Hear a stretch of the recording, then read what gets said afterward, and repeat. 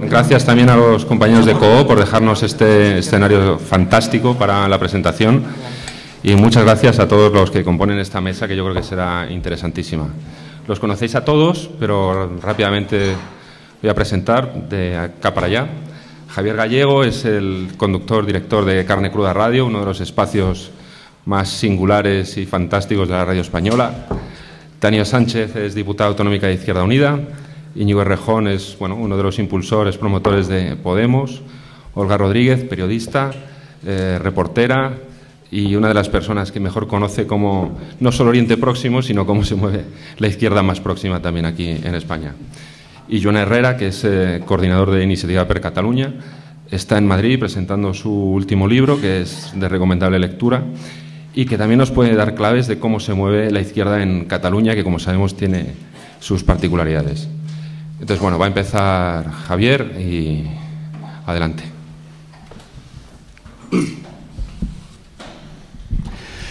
Buenas y crudas tardes a todos. Me alegro de estar rodeado aquí de tanto bolivariano y proetarra que se ha venido a acompañarnos en la tarde de hoy para presentar el nuevo número de la revista Cuadernos. Espero que esta reunión esté comunicada al Gobierno, porque si no podría ser una reunión ilegal. Y seguramente la Fiscalía está empezando a investigar a los miembros de esta mesa y a los que están entre el público. Yo voy a hacer una muy breve introducción de lo que podéis encontrar en la revista, que creo que lo que viene a ser es un resumen de estos convulsos últimos días que hemos vivido en las elecciones y de todo lo que lo ha generado y lo que ha provocado a continuación. Lo ha definido Nacho Escolar, el director del diario.es, como un nuevo mapa en el que ha cambiado, por supuesto, y por completo la posición de los elementos.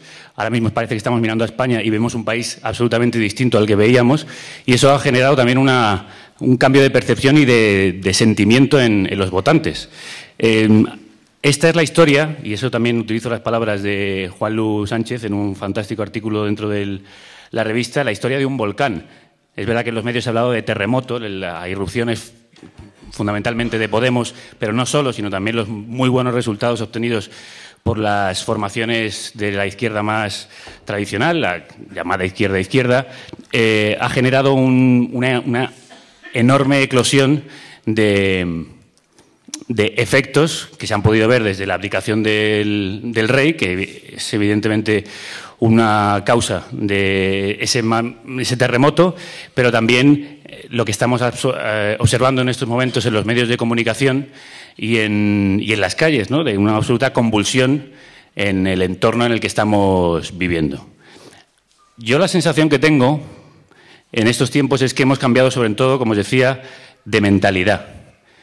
Es decir, se ha hecho posible ese grito de la calle del sí se puede y sí podemos, utilizando el nombre de la formación de Íñigo Errejón, podemos ganar. Es decir, por lo menos el grito que estaba en la calle, el sentimiento de indignación, de regeneración, de cambio que se necesitaba, se ha trasladado por fin de la calle a las urnas. Yo el artículo que he cedido a la revista de Cuadernos, a este número de La izquierda se revoluciona, es un reportaje sobre los círculos de Podemos y creo que ejemplifica bien ese paso de la calle a las urnas. Con la gente con la que yo hablé, que forma parte de estos círculos que ha creado la nueva formación, todos ellos me dijeron que durante mucho tiempo, durante todos estos años de 15M, mareas, plataforma de afectados por la hipoteca, incluso de marchas por la dignidad, todos ellos habían participado de una manera bastante activa, pero siempre habían llegado a un techo en el que todas esas esperanzas, expectativas y propuestas no veían que se materializasen en una formación política.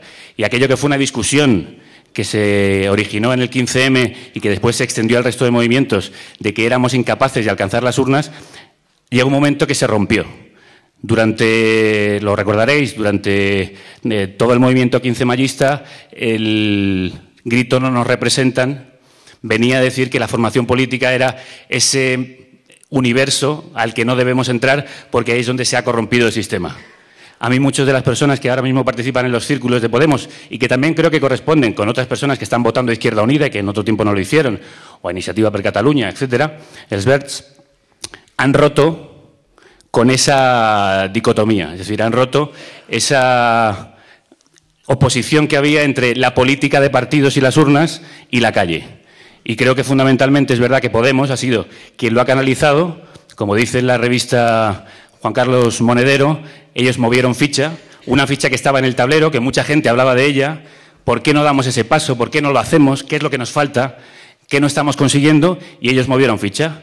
Inventaron un movimiento que en realidad, como yo digo, es renovador porque en realidad es muy antiguo. Lo que han hecho es utilizar los movimientos sociales para aplicarlos a la política de partidos. Es decir, no es nada en realidad novedoso, sino es renovador porque es una idea que se había aparcado. Y mucha gente que a mí me contó en los círculos estaba participando en movimientos sociales, incluso, como es el caso del Foro Cívico, algunos movimientos que se acercan más a la política, pero veían que había una barrera que no conseguían romper. Y cuando apareció Podemos y dijeron, vamos a atrevernos, vamos a llegar a las urnas, ¿qué miedo hay? Si queremos cambiar las cosas, al final estamos viendo que la política también está ahí arriba y la vamos a cambiar desde aquí abajo. Y creo que esa ruptura ha generado un cambio que ahora mismo está, como os decía, convulsionando absolutamente el panorama, porque el hecho de que ellos obtuvieran en tan poco tiempo 1.200.000 votos, el hecho, por ejemplo, de que Izquierda Unida, la formación de Tania, haya triplicado en las elecciones europeas el voto, ha generado una sensación de que podemos ganar, o de que la izquierda puede ganar, de que la ciudadanía, no lo llamemos si queréis izquierda, porque, por ejemplo, Podemos rompe con esa terminología. Pero hablemos de la indignación en la calle o hablemos de todos estos movimientos, estas mareas, por fin, como dice Isaac Rosa en la revista, se están empezando a desbordar y han llegado a las urnas. Y de hecho es muy sintomático que, por ejemplo, su formación se llame Podemos o que las formaciones que se han presentado para la política municipal, tanto en Barcelona, Guanyem Barcelona y aquí en Madrid, Ganemos Madrid, tienen ese verbo como nombre. A mí me parece muy sintomático que de repente nos hayamos quitado el complejo de que podemos llegar, podemos ganar y queremos ganar. De hecho, a mí me llama mucho la atención cuando Pablo Iglesias tomó la palabra, recién obtenidos los resultados de las europeas, y dijo, hemos venido aquí a ganar. Nos parece un buen resultado, pero no nos conformamos. Y creo que eso también está llegando al resto de formaciones. Evidentemente, aunque Izquierda Unida tiene muy buenos resultados, aunque ECUO, por ejemplo, también ha conseguido un diputado en las elecciones europeas, a las formaciones tradicionales sí les ha llegado ese mensaje de la calle de por los métodos clásicos, por la vieja política, no podíamos ganar. Pero en esta nueva forma de hacer política, que también está representada por caras nuevas y por un espíritu más joven de entender la calle, sí que podemos conseguirlo. Y en ese sentido creo que el volcán que ha estallado, que no es solo el volcán de Podemos, sino el volcán de algunas de las formaciones que están aquí y otras que también están irrumpiendo, está generando esa sensación. Y vamos a ver en las municipales hasta dónde llega la lava. Hay mucha gente que pensaba que esto era un movimiento que no iba a tener una gran difusión. Yo, sin embargo, estoy convencido de que esa lava se va a seguir extendiendo.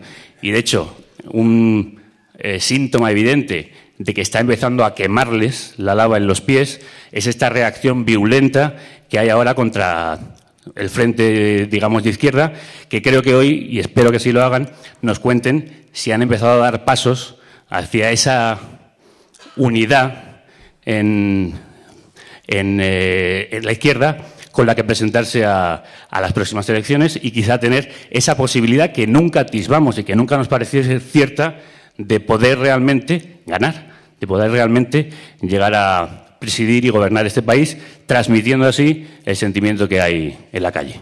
Y esto básicamente es lo que encontráis en el nuevo número de eldiario.es.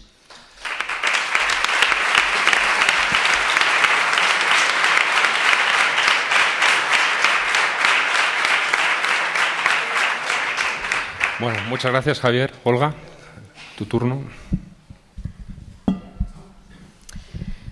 Buenas tardes. Bueno, a mí me encanta que se esté celebrando un acto como este para presentar la nueva revista de cuadernos del diario.es y, de paso, que se aproveche para juntar a a tanta gente interesante que sin duda despierta grandes expectativas, como se puede observar por la cantidad de gente que está ocupando no solo los asientos, sino la entrada y más allá por lo que veo. Y esto ya de por sí demuestra el contexto actual en el que nos encontramos.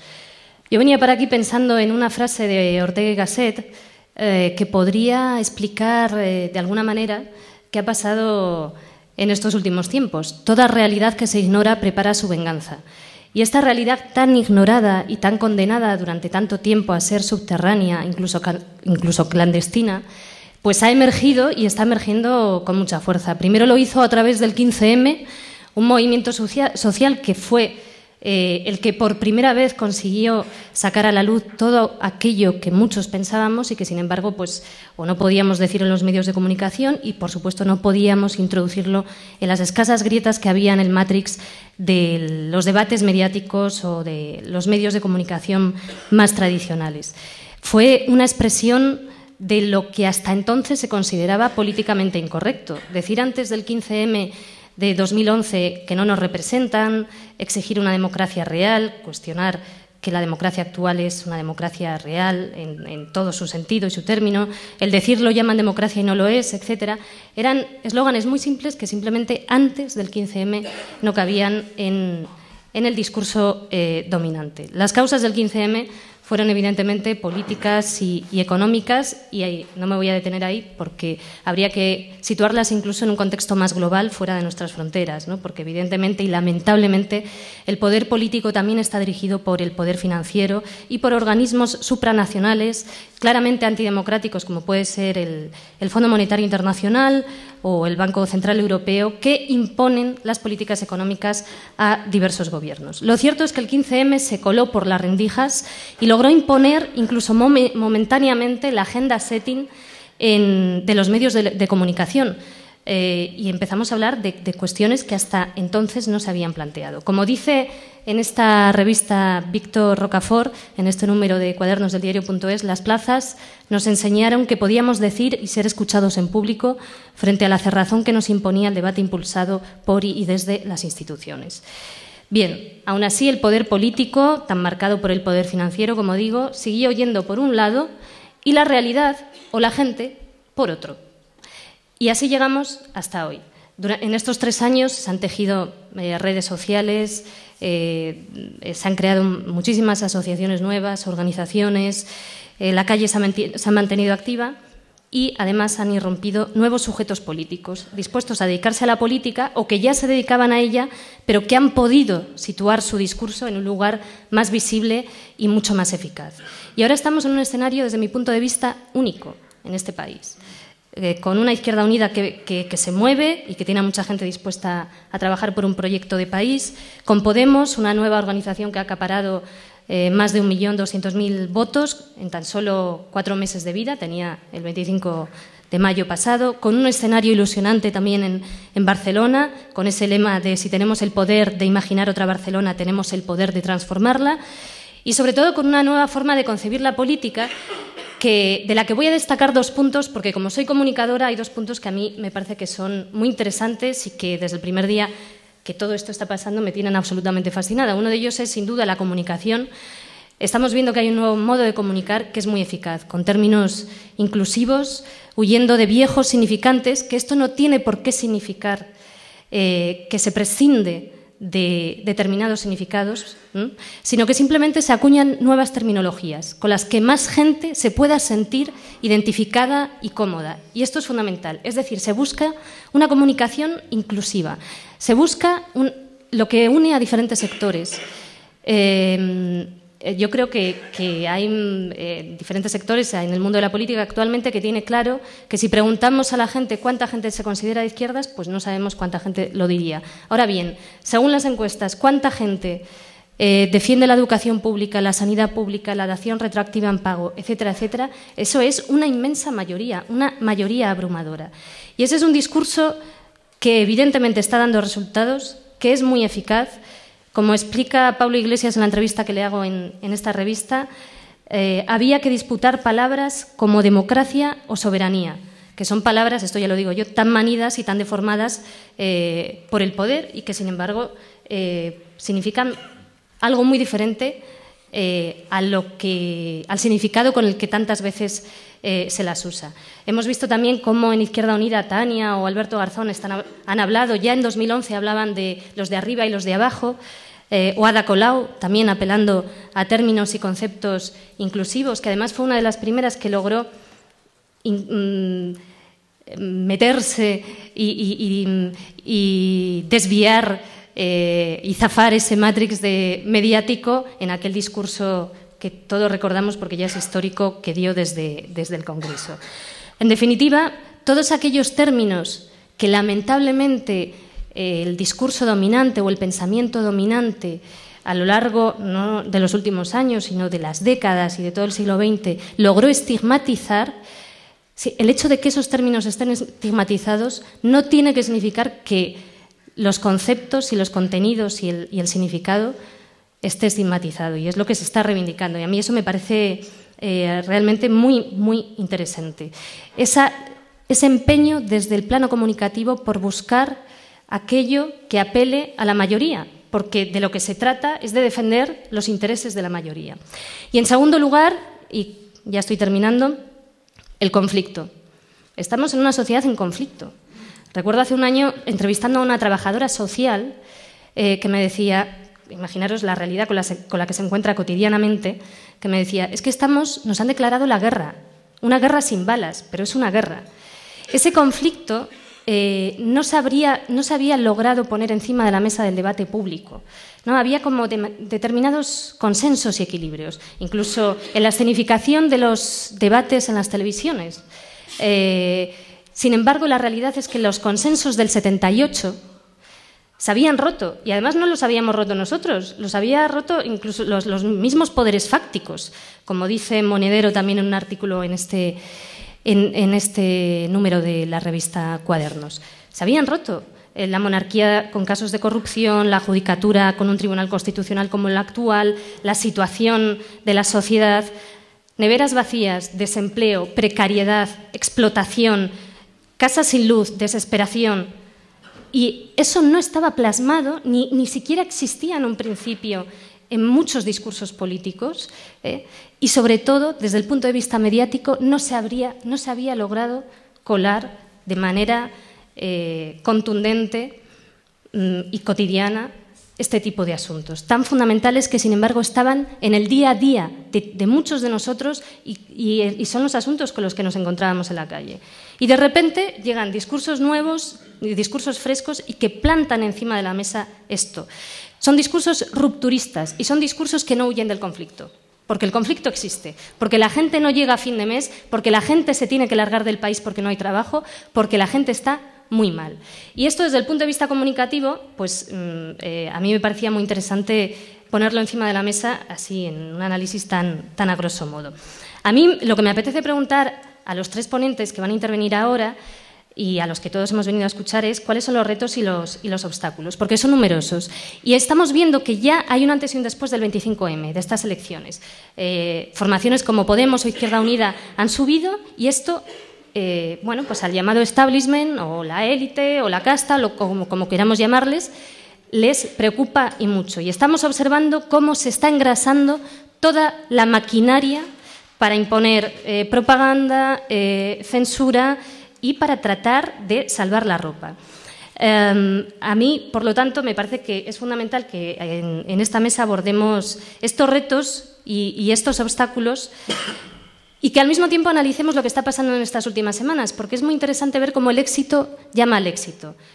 Se ve, tras estos resultados electorales, que más gente está viendo que votar puede servir para algo y que su voto no tiene por qué ser en el futuro un voto tirado. E incluso estamos viendo cómo tratan de recolocarse rápidamente algunos políticos e incluso algunos periodistas, sumándose a discursos o posiciones contra las que antes se mostraban en contra, o con las que hasta ahora al menos no habían participado. Es decir, de alguna manera, y por hablar en términos gramscianos, la hegemonía cultural se está moviendo. Y yo, que nací en 1975, nunca había visto esto antes. El reto es que esto continúe para que los intereses de la mayoría social terminen estando representados también en la mayoría mediática y en la mayoría política. Estamos en un proceso histórico que se debate entre restauración o ruptura. Y bueno, pues yo creo que los de abajo están empezando a tener fuerza y esa fuerza está dando miedo a los de arriba. Veremos cómo transcurren los próximos meses. Considero que el próximo año y medio va a ser crucial en la historia de este país. Permitidme que termine con una frase de Eduardo Galeano, una pregunta. ¿Qué tal si empezamos a ejercer el jamás proclamado derecho de soñar? ¿Qué tal si clavamos los ojos más allá de la infamia para adivinar otro mundo posible? Bueno, evidentemente esto ya lo estamos haciendo. Empieza un libro de Dickens, Historia de dos ciudades, con unas frases que muchos conoceréis y que yo creo que hasta hace poco estábamos en ese periodo y yo ahora me atrevo aquí a romper una lanza en favor del optimismo. Las frases, que las conocéis, bueno, comienza así, esta maravillosa novela: era el mejor de los tiempos, era el peor de los tiempos, la edad de la sabiduría y también la locura, la época de las creencias y de la incredulidad, la era de la luz y de las tinieblas, la primavera de la esperanza y el invierno de la desesperación. Estamos en la primavera de la esperanza y espero que dure y por mucho tiempo. Muchas gracias.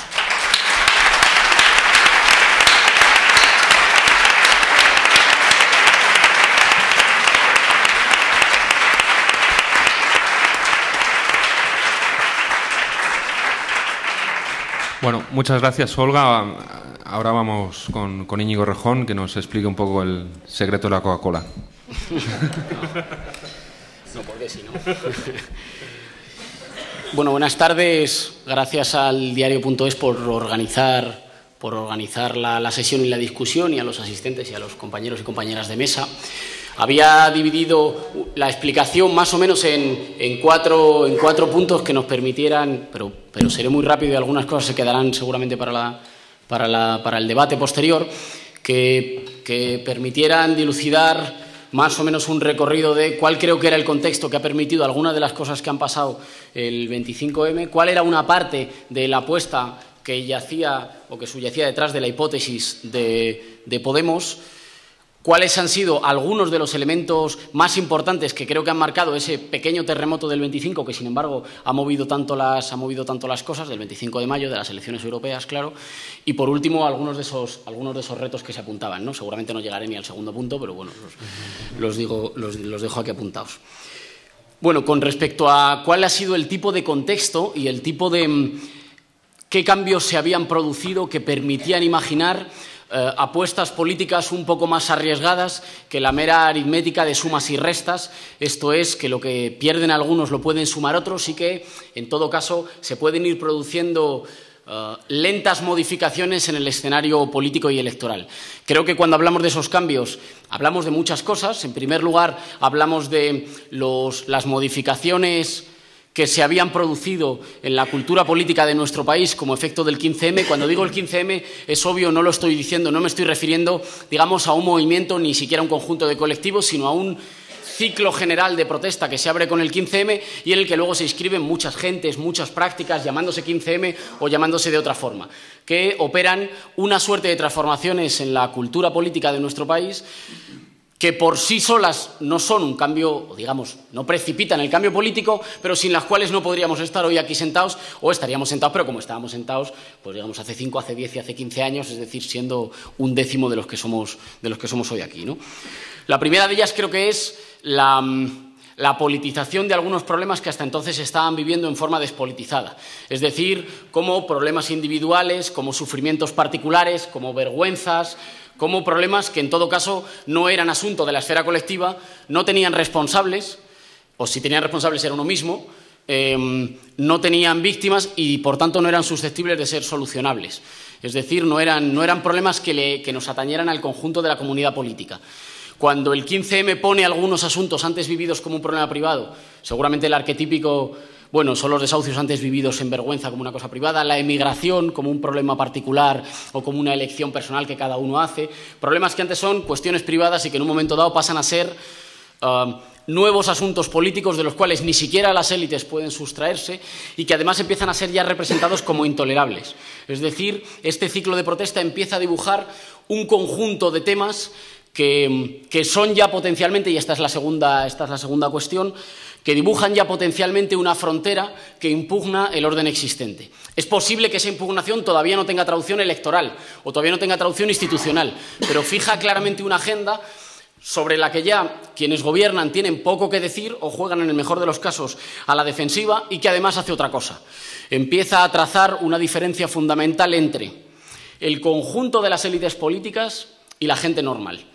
Esta diferenciación de los campos todavía no recibirá subjetivaciones más fuertes, todavía no cristaliza en identidades más fuertes o políticamente movilizables, pero traza una raya en el suelo que propone una ordenación diferente de los espacios políticos, y hace otra cosa que es fundamental, y con esto acabo con esta primera parte, que es que colapsa simbólicamente el juego de las diferencias interior al régimen. Es decir, las diferencias internas al conjunto de quienes ocupan los lugares del poder empiezan a ser menos importantes que la diferencia que les separa a ellos de la gente normal. Y, por tanto, abre una posibilidad de apelar a un sujeto político nuevo. Hace que gentes que antes eran conjuntos de individuos fragmentados o asustados puedan ser interpelados como, digamos, una voluntad política diferente. No obstante, aunque hace esto, creo que lo hace, todos somos conscientes, lo hace en un Estado muy sólido, lo hace en un Estado que sigue gestionando el territorio, que sigue monopolizando la violencia, lo hace en un Estado en el que sus aparatos no entran en crisis, siguen asegurando la cotidianidad para el conjunto de la gente, y, por tanto, la mera movilización social, por muy disruptiva que sea, no parece que vaya a bastar para precipitar un cambio, por muy dura que sea. El ejemplo seguramente paradigmático lo tenemos en Grecia, que ha experimentado niveles de conflictividad social y política altísima, sin que eso por sí solo baste para precipitar un cambio en los equilibrios de poder, o para permitir el asalto, digamos, la entrada en el Estado de las coaliciones de los sectores que están siendo desposeídos, ¿no? No obstante, esto tampoco tiene que llevar a la hipótesis rígida, rígida, incluso aunque a veces sea optimistamente rígida, de que, bueno, estamos viviendo cambios moleculares que son importantísimos, nuestro terreno no es el terreno de la política de ellos, y estos cambios, con el pasar del tiempo, en un tiempo visto en clave geológica, nos puede llevar al cambio político, ¿no? Creo que había condiciones ya, el ciclo de protesta abierto con el 15M, habría condiciones según las cuales uno podía realizar lecturas diferentes que, aunque no se reflejaban todavía en los medios de comunicación, en las instituciones representativas, en los números de las elecciones, hablaban de un cambio en algunos elementos fundamentales del sentido común de época que permitía apuestas políticas más arriesgadas. Claro, cuando uno dice apuestas políticas más arriesgadas, esto es fácil decirlo, digo aquí o en las redes sociales o en las opiniones en los bares, pero en política el único medidor de cuánto tenga de cierta una hipótesis es atreverse. Y nosotros éramos muy conscientes, aquí sí que hablo en primera persona del plural, de que había mucha gente que tenía escrito toda la lista de razones por las que la hipótesis Podemos había fallado. Os habéis equivocado, esto es Europa, esto había sido una cosa demasiado aventurada, ha sido empezar la casa por el tejado en vez de una lenta acumulación de fuerzas en lo social. Es decir, no lo hago como lo hago para decir que en el fondo, digamos que en política, pues bueno, digamos, hipótesis y opiniones tenemos muchas, es solo en una cosa que tiene mucho además de aleatorio, que es lanzar las cosas y probarlas. Y probar en qué medida las apuestas que cada uno pueda tener puedan materializarse en construcciones de poder político o de fuerza política en un sentido o en otro. Para hacerlo, creo que asumíamos una premisa que tenía también mucho de doble o nada, ¿no? O de riesgo, que era que había que quebrar importantes tabús de las izquierdas para conectar con una parte del descontento popular que estaba siendo huérfano. Cuando digo tabús de las izquierdas me refiero al uso evidente y desacomplejado de los liderazgos. Me refiero también a quebrar esta hipótesis por la cual lo social y lo político son dos campos separados, y además va primero, que a mí me sigue pareciendo una idea de cuño profundamente liberal. Primero va lo social y luego, cuando uno acumula lo social, lo traduce en lo político. Llega a la ventanilla del casino y entonces le dice: oiga, que tengo tantas fichas, ¿cuántos escaños son esto? Y que, por tanto, cualquier intervención desde lo político, desde lo electoral, en este caso estoy hablando, sería empezar la casa por el tejado, descuidando que lo electoral es uno de los terrenos fundamentales en los que la gente fragua pues también sus identificaciones, sus sentimientos de pertenencia, y que a veces, digamos, desbloqueando en ese terreno, se desbloquea también a veces por abajo, ¿no? O el otro de los tabús, que ya lo ha señalado también Olga, el uso, digamos, laico de las metáforas. Es decir, el atrevernos a postular que, desbordando las metáforas, que son metáforas, izquierda o derecha, hay posibilidades de identificaciones populares mayores. hay posibilidades de identificaciones populares de un conjunto de demandas que ni el discurso ni las instituciones hoy realmente existentes, digo, ni el discurso oficial ni las instituciones realmente existentes son capaces de canalizar.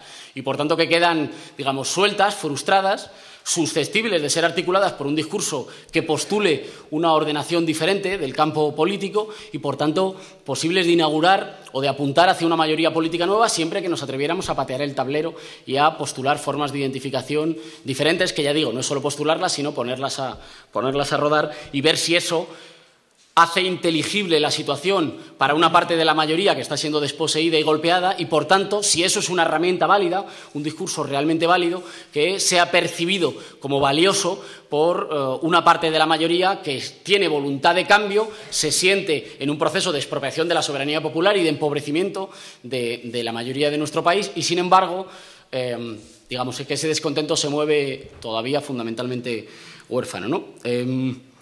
Bueno, con una parte de esos ingredientes, y señalo lo de ingredientes porque creo que había un contexto que delimitaba que algunas cosas fueran posibles, pero que no las hacía en modo alguno necesarias. Ponía diferentes ingredientes con los que se podían hacer, y se pueden todavía hacer, muchas recetas diferentes. Con una parte de eso, como... Oye, hago siempre lo mismo, pero es que se me ha ido... No, tira. ¿Sí? ¿2 minutos? Sí. Con una parte de esos, digamos, con una parte de esos ingredientes y con una parte de esa apuesta en un sentido transversal, en un sentido que se plantee la posibilidad de articular descontentos diferentes sobre un terreno social que está roto, en el que el lugar de trabajo ya no es el productor único, ni siquiera el productor principal de identidad política. La gente no se identifica, si no, no nos explicaríamos los resultados que todavía sufrimos. Los lugares de trabajo, la condición que uno ocupa, digamos, en la economía, no es el espacio fundamental que produce identidad política. La mayor parte de las comunidades populares han sido rotas o han sido fragmentadas por el urbanismo, por una cultura, por, digamos, 20 años de ofensiva neoliberal sobre las identificaciones populares. Sobre un terreno roto y fragmentado, una identificación transversal que pueda apuntar a dibujar una nueva mayoría, ¿no? Con todo eso, que creo que algunas de las cosas que creo que han pasado, el 25, han pasado muchas cosas, pero algunas de las cosas. En primer lugar, quizá lo más importante, la ruptura del efecto vasos comunicantes, por el cual lo que pierde uno de los principales partidos del régimen del 78 lo hereda el otro y hay alternancia sin que esa alternancia ponga en cuestión los consensos centrales del régimen. Y este es un quiebre que, más allá del quiebre, digamos, aritmético, es la primera vez que, digamos, las europeas pasadas, PP-PSOE, en el 2009 sacan 81%, en este caso suman el 49%, demostrando que baja uno y puede bajar el otro en una competición casi de quién baja más, pero lo más importante no es el dato numérico, sino el dato simbólico. Se rasga esta especie de principio de inevitabilidad por el cual las mayorías políticas en España tienen que pasar siempre por el Partido Socialista, por el Partido Popular, de tal manera que uno lo que hace es ubicarse un poquito a la derecha, un poquito a la izquierda, o muy a la izquierda del Partido Socialista o del Partido Popular en cada caso, y aspira a ser un satélite que condiciona y que empuja en un sentido o en otro, porque las mayorías tienen que pasar siempre por ese lugar central de la política. Se rasga que eso tenga que ser siempre así.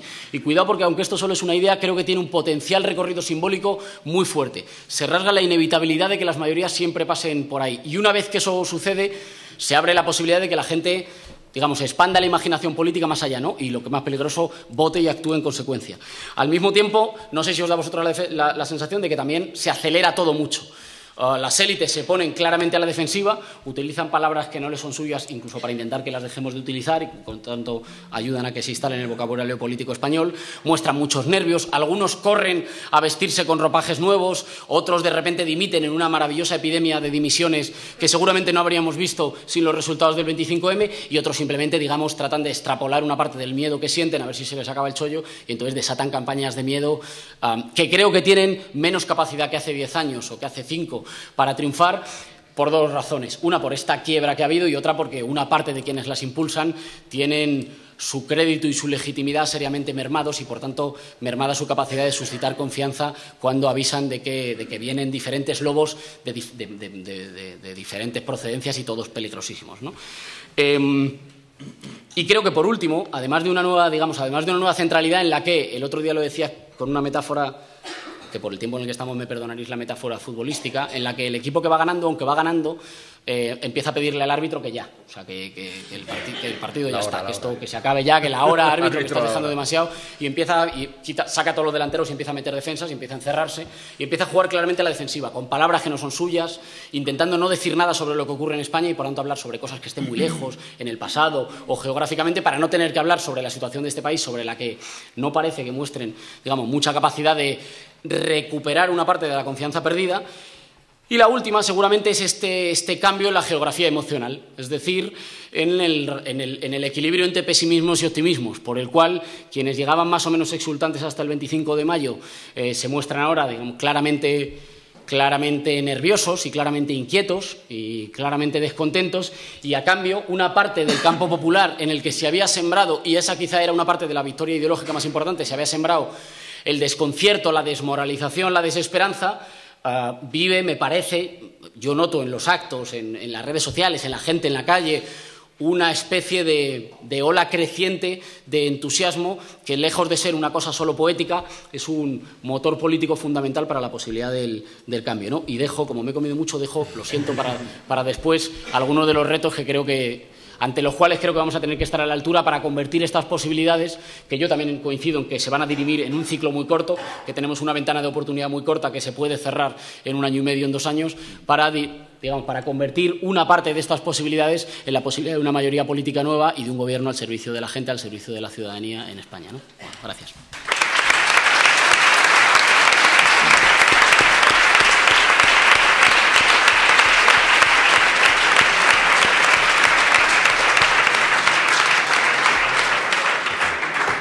Bueno, muchas gracias, Íñigo. Ahora cedemos la palabra a Tania, que nos puede explicar también está viviendo Izquierda Unida un proceso de transformación. Este sábado, bueno, dio un paso ahí colocando a Alberto Garzón como un hombre fuerte de la organización, y también se abren expectativas y desafíos tanto en Madrid como en todo el Estado. Entonces, bueno, cuéntanos un poco. Bueno, como decía Andrés cuando hablaba con él, que por cierto me ha agradecido como 10 veces o 12 veces que venga a este acto, y la verdad que yo quiero ser yo la que te dé las gracias a ti, ¿no? Yo creo que es una mesa de lujo. Desde luego lo es por Joan y por Íñigo, que como son amigos pues tampoco les voy a hacer la pelota más de lo necesario, pero lo es sobre todo también por Olga y por Javier, ¿no? Para mí solo escuchar aquí a mi vera crudas tardes, ya pues me puedo ir a mi casa y he cumplido, ¿no? Y en el caso de Olga lo mismo, ¿no? A mí me parece que uno de los elementos, y lo dice también Víctor en el artículo que publica en la revista Cuadernos, uno de los ejes que está también en crisis, que está también en disputa y que está también en revisión, es el propio concepto del periodismo y la tarea del periodismo en el marco de la democracia, ¿no? Yo creo que es un elemento importantísimo de los sistemas democráticos, y que durante mucho tiempo se ha construido el mantra de que el periodismo es una cosa neutral, ¿no? Una cosa así como que no se pringa con nada. Uno de tantos mantras que es falso y que en realidad lo que esconde es vestir de autoridad a quienes en realidad trabajan para sus determinados dueños, ¿no? Y en el caso de Olga y de Javier, creo que son de esa raza de periodistas que se mojan, que se implican, que se manchan con lo que hacen y que no son neutrales porque saben que el periodismo no es neutral, y que toman partido. Desde luego no son partidarios o tienen sus opciones personales y no las mezclarán con su trabajo, pero toman partida por la gente que les escucha y que les lee, y toman partido por las causas que cuentan y por la gente que está detrás de lo que cuentan o de la gente a la que entrevistan cuando trabajan en radio, ¿no? Y eso, en momentos de periódicos llenos de dogmas, de mentirosos directamente, de gente que se dedica a directamente difamar a las personas e intentar destruir esa imagen de cualquiera, con esa idea que contaba Íñigo de los lobos, ¿no? De que vienen los malos, cuidado, que son todos etarras, estalinistas, dictadores y fascistas. Pues se agradece mucho, y se agradece todo a la vez, además. Sí, somos todo eso a la vez. ¿Qué dices? Si somos todo eso a la vez, igual un psiquiátrico y ya está, ¿no? Resuelto. Se agradece que haya periodistas que sigan comprometidos con la verdad y que no estén dispuestos a que ni los dueños de la prensa ni las marcas que pagan la publicidad de los periódicos les marquen lo que tienen que escribir, lo que tienen que decir, ¿no? Entonces, para mí es un honor estar aquí, por lo que representa también el diario y por los dos periodistas que me acompañan. Muchas gracias. Me ha tocado. Bueno, hay veces que uno se hace unas notas y hay veces que uno se escribe porque empieza a hacerse notas y le sale todo, ¿no? Y suele ser un desastre porque en realidad es muy difícil leer a la vez que uno habla, así que voy a intentar que tenga algo de sentido lo que voy a decir. Para mí, a pesar de que Andrés me pidió que hablase de Izquierda Unida del proceso que vive, es muy difícil venir a una presentación de una revista y no hablar de la revista, ¿no? Me parece lo suyo. Y me parece además que esta revista creo que es de las típicas que, igual que ahora leemos el Mientras Tanto o el Viejo Topo de la época de la transición, de las discusiones que tenían los partidos de la época, creo que esta es una de las revistas que se leerá en el futuro para entender el tiempo político que se está viviendo. Creo que hace un repaso potentísimo del análisis de lo que está pasando, de dónde viene lo que está pasando, del conjunto de actores que están en lida y de cómo eso puede coserse hacia un lado y hacia otro, ¿no?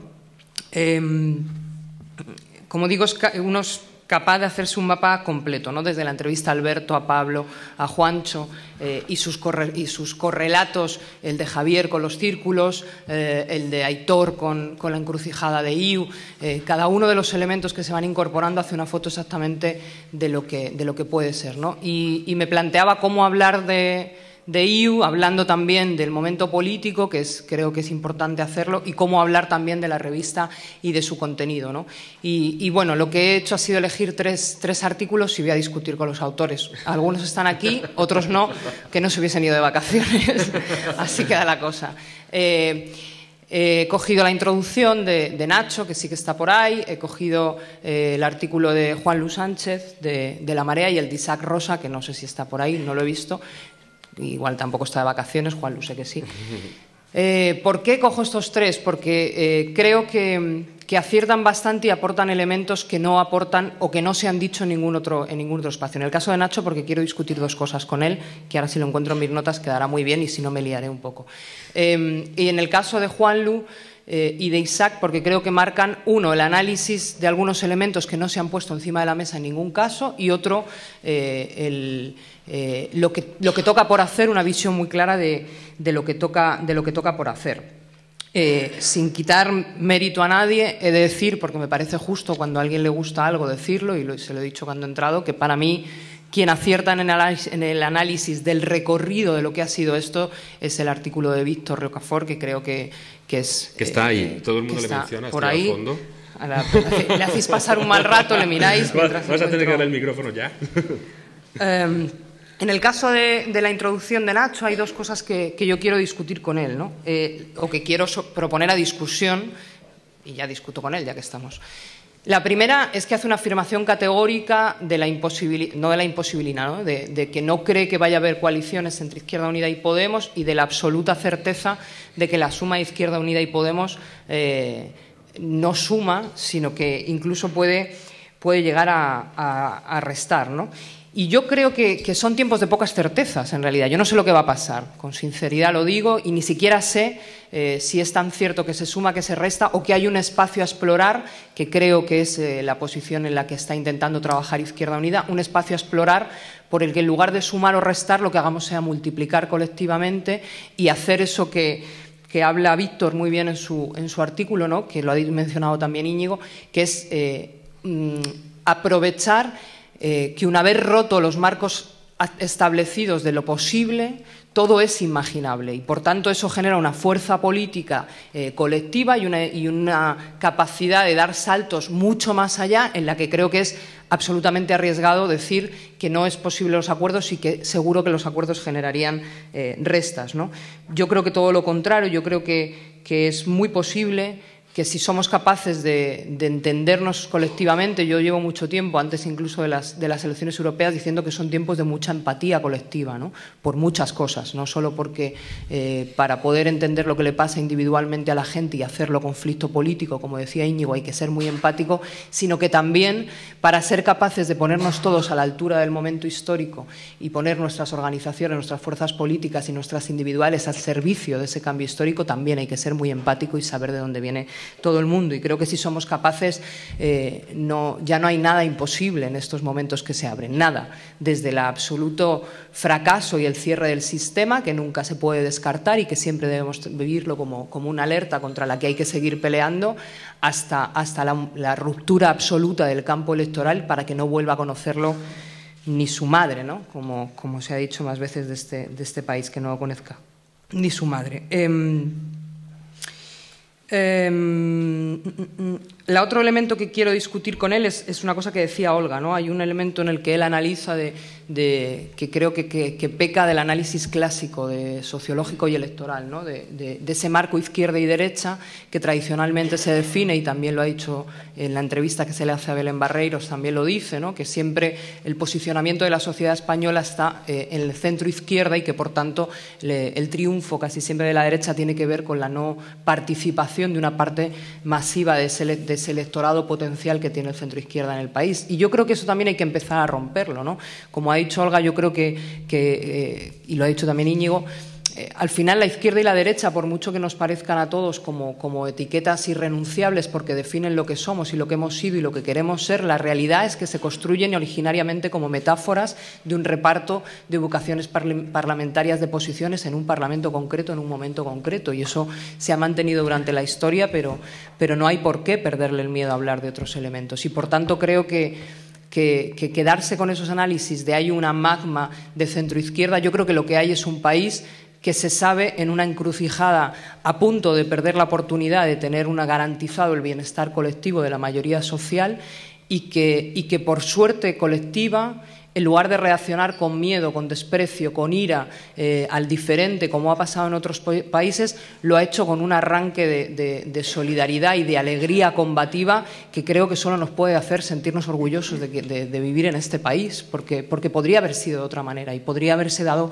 muchos caminos para esa rabia y para esa pérdida de identidades colectivas y para esa pérdida de referencias potenciales. Por ahí baja Nacho, no sé si viene a amenazarme. Ya lo dejo, luego seguimos discutiendo de eso. Y por tanto creo que ese marco hay que romperlo, ¿no? Pero el que más me gusta para discutir de lo que creo que hay que discutir es el artículo de Juanlu y el de Isaac, como os decía. El de Juanlu porque hace una cosa que no ha hecho nadie, y esto le felicitaré por ello en persona, que es analizar los sucesivos bloqueos que se han dado desde la explosión del 15M hasta el momento actual para que no hubiese ese desbordamiento y esa expresión no se tradujera en un potencial real de poder que pudiese generar la ilusión de que más allá de ese trabajar por abajo y de ese cambiar matizadamente las bases era posible cambiar el país de verdad, en serio, tomar el poder y cambiar el país, ¿no?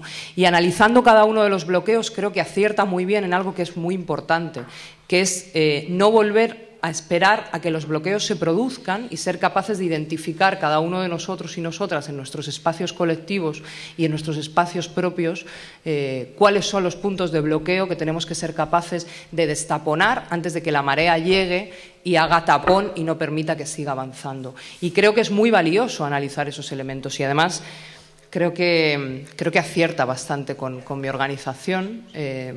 Creo que ha pasado uno cuando acierta de los análisis de las organizaciones no es porque estudie mucho, ni porque lea mucho, ni porque haga muy buen periodismo, uno acierta porque ha pasado muchas horas en los bares con miembros de esa organización. No hay ninguna explicación más.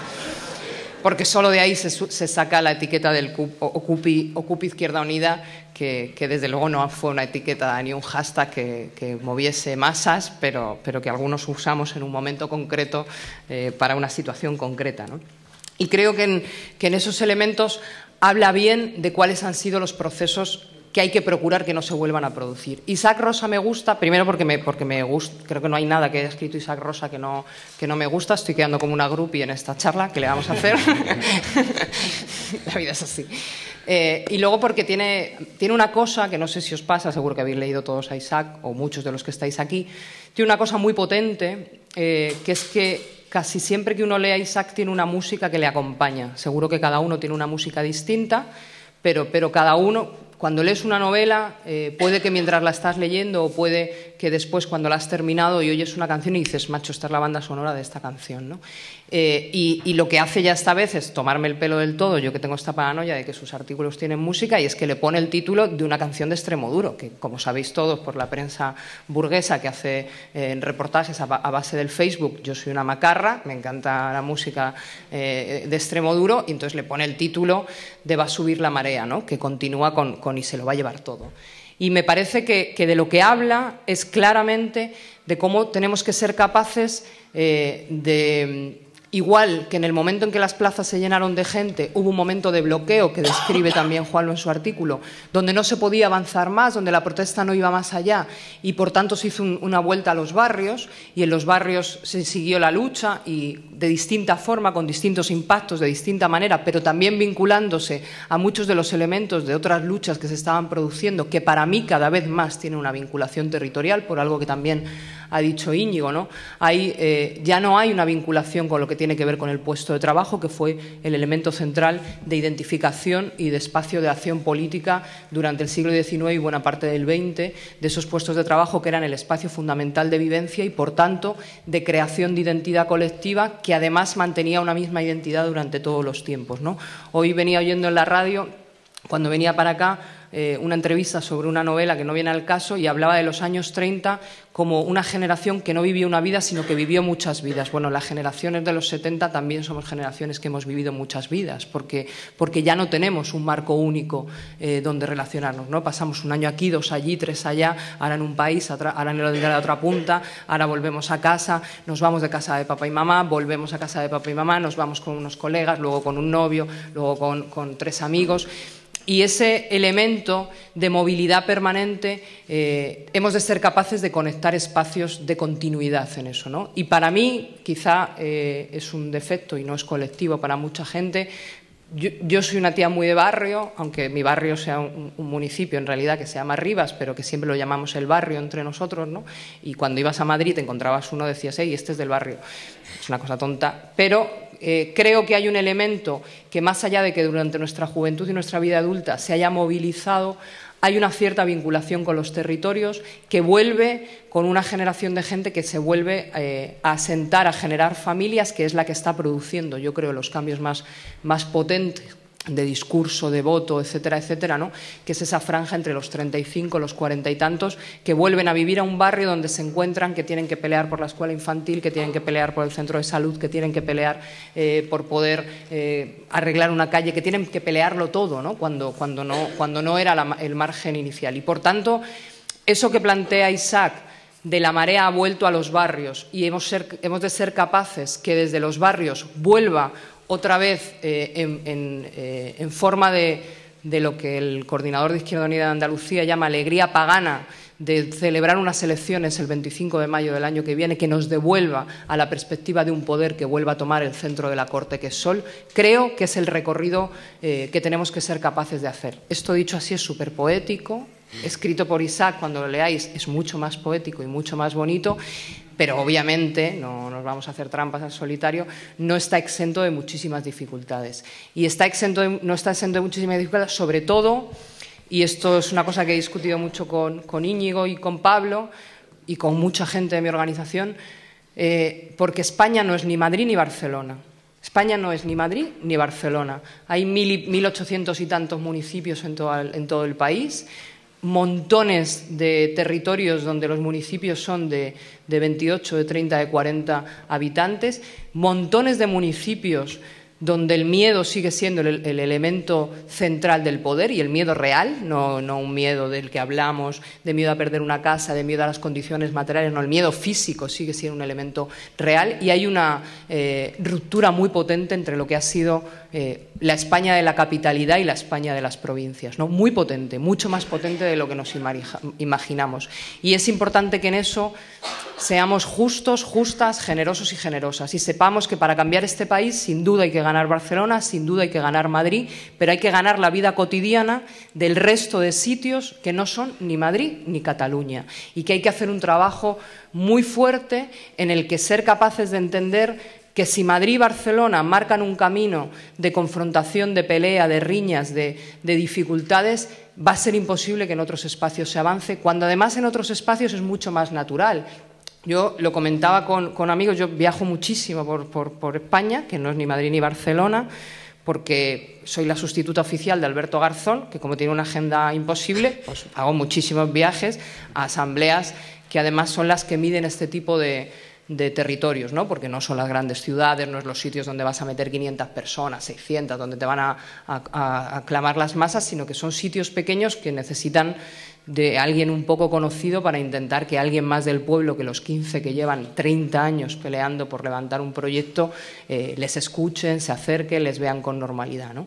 Y cuando visitas esos sitios te das cuenta de que en todos aquellos lugares donde hubo una ilusión generada a partir del 15M de Sol, luego la devolución progresiva a la cotidianidad de militancia tiene mucho que ver con Izquierda Unida, mucho. Y eso es un potencial del que estoy orgullosísima como parte de Izquierda Unida y que creo que nadie puede tirar a la basura, porque se lleva años construyendo eso, muchísimos años. Y hay que ser justos y justas con todo eso, porque mientras nosotros hemos hecho unas cuantas revoluciones desde que militábamos con 15 años, estuvimos en lucha autónoma, peleamos contra la LOU, luego vino el V de Vivienda, luego vino Juventud sin Futuro, luego vinieron las Ocupas, incluso una época en la que la Juventud Comunista ocupaba casas, que esto era una cosa muy loca, que volvía muy loca a los secretarios generales del partido. Ha habido muchos momentos en los que nosotros llevamos mucho tiempo cruzándonos con mucha gente, peleándonos, enemistándonos, queriéndonos, haciendo cosas. Y en todo ese tiempo que nosotros hemos estado rodeados siempre de cariño, aunque no sea del cariño de las masas, siempre hemos tenido un cariño militante con el que construir un proyecto y reflexionar políticamente, España ha estado llena de héroes y heroínas que han estado solos, levantando banderas que no levantaba nadie y que les han costado la vida, la familia, la enfermedad, y creo que es importante tenerlo en cuenta. Voy acabando ya con esto. ¿Qué es lo que, en mi opinión, traduce lo que dice Isaac Rosà en su artículo, y creo que es lo que hemos de intentar colectivamente? Lo que traduce es que el momento de las municipales tiene una importancia crucial para mantener esa alegría pagana de la que hablaba Maillo, en el que la gente en su vida cotidiana vea posible el cambio y además lo vea en términos que le afecte a su vida cotidiana. Y no solo que le afecte a su vida cotidiana, sino que haga el cambio más importante para transformar este país, y es que estén dispuestos a dedicarse cotidianamente a convertirse en ciudadanos comprometidos, ¿no? Esa idea que lanza Garzón en su libro de la república no es el modelo de Estado, sino es la recuperación de esa idea de res pública, donde la ciudadanía es una ciudadanía activa políticamente, crítica políticamente, y por tanto que en su vida cotidiana hace el proyecto común de país que queremos construir. Si eso no somos capaces de tenerlo en la cabeza, creo que podremos entretenernos en elementos de la corte, también de la corte de la izquierda, y no pensar que el proyecto de país que queremos construir o es ahora o no es. Y por tanto hay que buscar la fórmula en la que desde la mucha empatía, mucho cariño y mucho conocernos mutuamente y tocarnos, ser capaces, primero, de mantener el conflicto social del que hablaba Olga, sin el cual no hubiésemos llegado hasta aquí, y mantenerlo con la vocación de que no acabe el día que ganemos un proyecto de país, sino que sea el conflicto social el que marque el nuevo proyecto de país. No para pelear de tú a tú, sino para mantener un recordatorio permanente de que lo común se construye en el conflicto y solucionando el conflicto. Hemos entendido muchas veces que el conflicto es impelar al poder a que nos haga concesiones. Hemos de construir un conflicto que en realidad lo que haga es negociar entre la sociedad el avance colectivo. Y eso, si lo olvidamos, no seremos capaces. Hay que mantenerlo de manera inmediata, porque sigue siendo una confrontación con el poder, pero hay que empezar a construirlo como elemento de naturalidad en las sociedades humanas. No hay ninguna sociedad que avance sin conflicto, es así. La cosa es cómo queremos resolver nuestros conflictos. El segundo elemento de mantener el conflicto es ser capaces de encontrarnos en él, de tocarnos, como me acaba de tocar a mí Javier, que me sirve ya hasta otoño para tener fuerza, de tocarnos, de vernos, de entendernos, de querernos y de ser capaces de pensar que los que nos dejamos la vida cotidianamente no somos más importantes que quien tiene que acabar en el último momento de la fase incorporándose a este proyecto. Y en torno a eso ser capaces de lo que decía Olga y el mensaje que ha lanzado Guanyén Barcelona, ¿no? Que es soñemos colectivamente un proyecto de cambio y una vez que lo soñemos colectivamente, sin duda, como fruta madura, vendrá el cambio. Esa es la tarea. Muchos en Izquierda Unida nos hemos remangado y hemos dicho que es ahora o nunca y que sabemos que no tenemos más tiempo. El sábado tuvimos un consejo y yo creo que es el más importante que ha tenido Izquierda Unida desde que yo milito. Y creo que desde luego en nosotros y nosotras el esfuerzo va a estar y espero que colectivamente lo logremos. Gracias.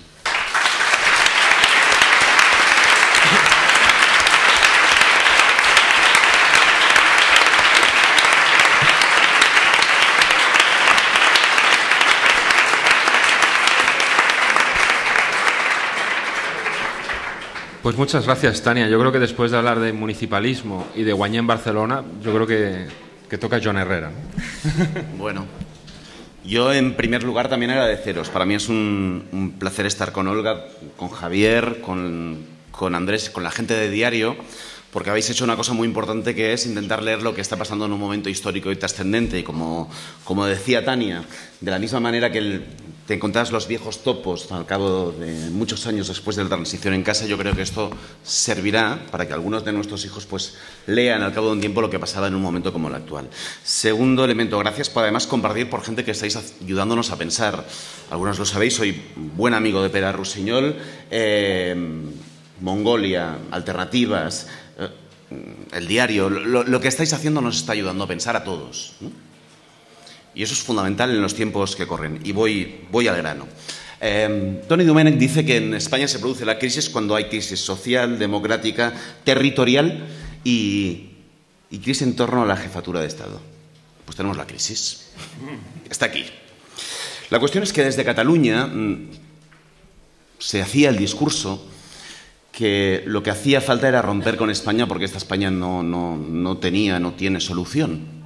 Y lo cierto es que en Cataluña hay mucha gente que se quiere independizar de España, pero aún hay más que se quiere independizar de esa España, de la España que estaba gobernando. El independentismo es una de las expresiones de ruptura que pasan en muy poquitos años del 13% al 50%. Porque es una expresión de ruptura como las que existen en otros países del sur de Europa. Pero que seguramente cae en un error desde mi punto de vista, ¿no? Pensar que solo con un cambio en las relaciones podrás cambiarlo todo, pero que tiene una virtud, un elemento catárquico que lo que te permite es conseguir precisamente un cambio que está a disposición, que es factible, que es posible. Muchos decíamos que la ola que venía de Cataluña se tenía que aprovechar por parte del Estado. Y en el libro de Antonio Baños, prologado por Isaac Rosa, así se plantea. Isaac Rosa se pregunta, ¿y para cuándo la rebelión española? En el libro habla de la rebelión catalana. Pues bueno, yo creo que ya tenemos la rebelión española. Y eso es una gran noticia para la gente de izquierdas, ahora le llamaremos los que estamos contra la oligarquía. Es una gran noticia. Porque en España había noticias en Cataluña, había noticias en Valencia, había noticias en Galicia, pero esto era como un donut, con un gran vacío en el medio. Y al menos en lo político, porque en lo social sí que se ha llenado el espacio con el 15M, se ha llenado el espacio con la Marea Blanca, pero en lo político no había una traducción de eso. Y yo creo que eso es muy buena noticia. La noticia creo que además conecta con una reflexión, que lo viejo empieza a morir.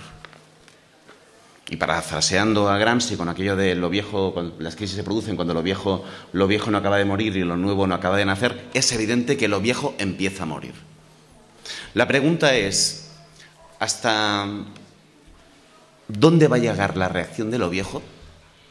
Porque va a haber reacción, y luego hablaremos, y si lo nuevo se conforma con irrumpir o con intentar ganar. Para mí la política es cambiar las condiciones materiales de la vida de la gente. Y decía Íñigo que se ha abierto una ventana de oportunidad y que se va a volver a cerrar. Y yo creo que la van a intentar volver a cerrar con un factor, el de la resignación y el de la degradación de las condiciones materiales de la vida de la gente. Porque la lógica de cuanto peor, mejor es falsa. Cuanto peor, peor. Y por tanto yo creo que lo que tenemos que garantizar precisamente, que desde lo público y desde lo común consigamos un escenario para ganarles también políticamente, porque se trata de eso.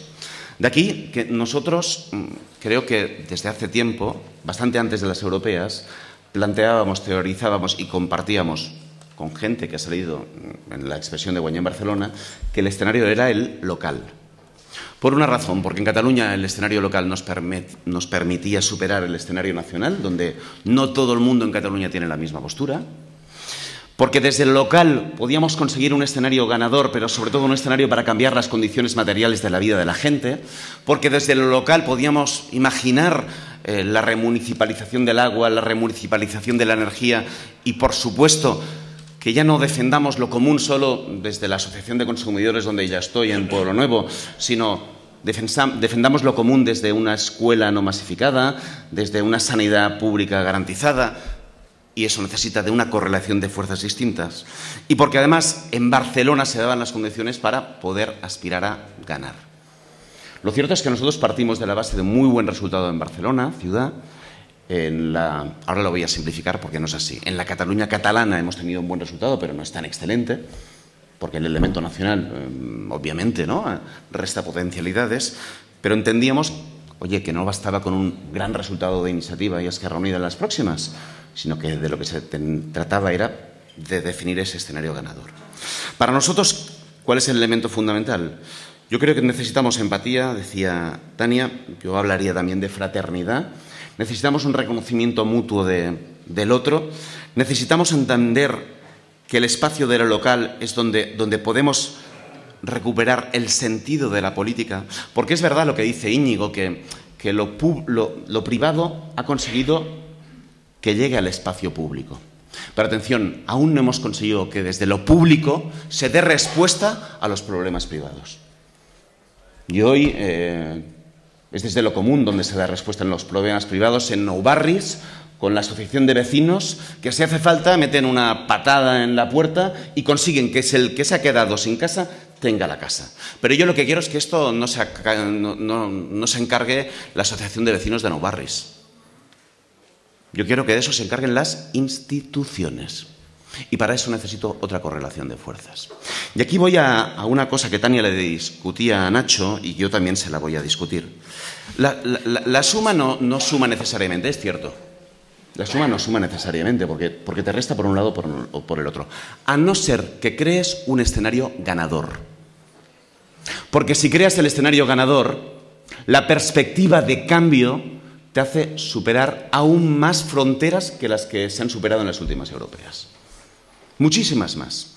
Mucha gente votó en Cataluña Iniciativa y Esquerra Unida, a Izquierda Unida en el conjunto del Estado, a Podemos. Nadie quien votó a estas formaciones votó pensando que iba a ganar nada. ¿O no? Perdonar, cuando lo que está en juego es una aula no masificada, la de mi hijo, o que la chavala que necesita atención especial no tenga el recorte que está padeciendo, gente que no se moviliza se acaba movilizando. Y por tanto yo creo que ese escenario lo tenemos que construir. No tenemos que hablar, yo creo que hay veces que hemos todos, ¿no?, hablado de la unidad en genérico, ¿no?, y con apelaciones muy retóricas a la unidad. Bueno, vamos a lo concreto. ¿Lo local es posible? Bueno, pues vayamos a lo local. ¿Y lo local por qué? Porque nos va a permitir construir un escenario de confluencia que también cambie nuestras culturas políticas. Yo creo que los que venimos de formaciones tradicionales, y también apelo a los históricos, a los que han dado caña durante muchos años, necesitamos un cambio de cultura política.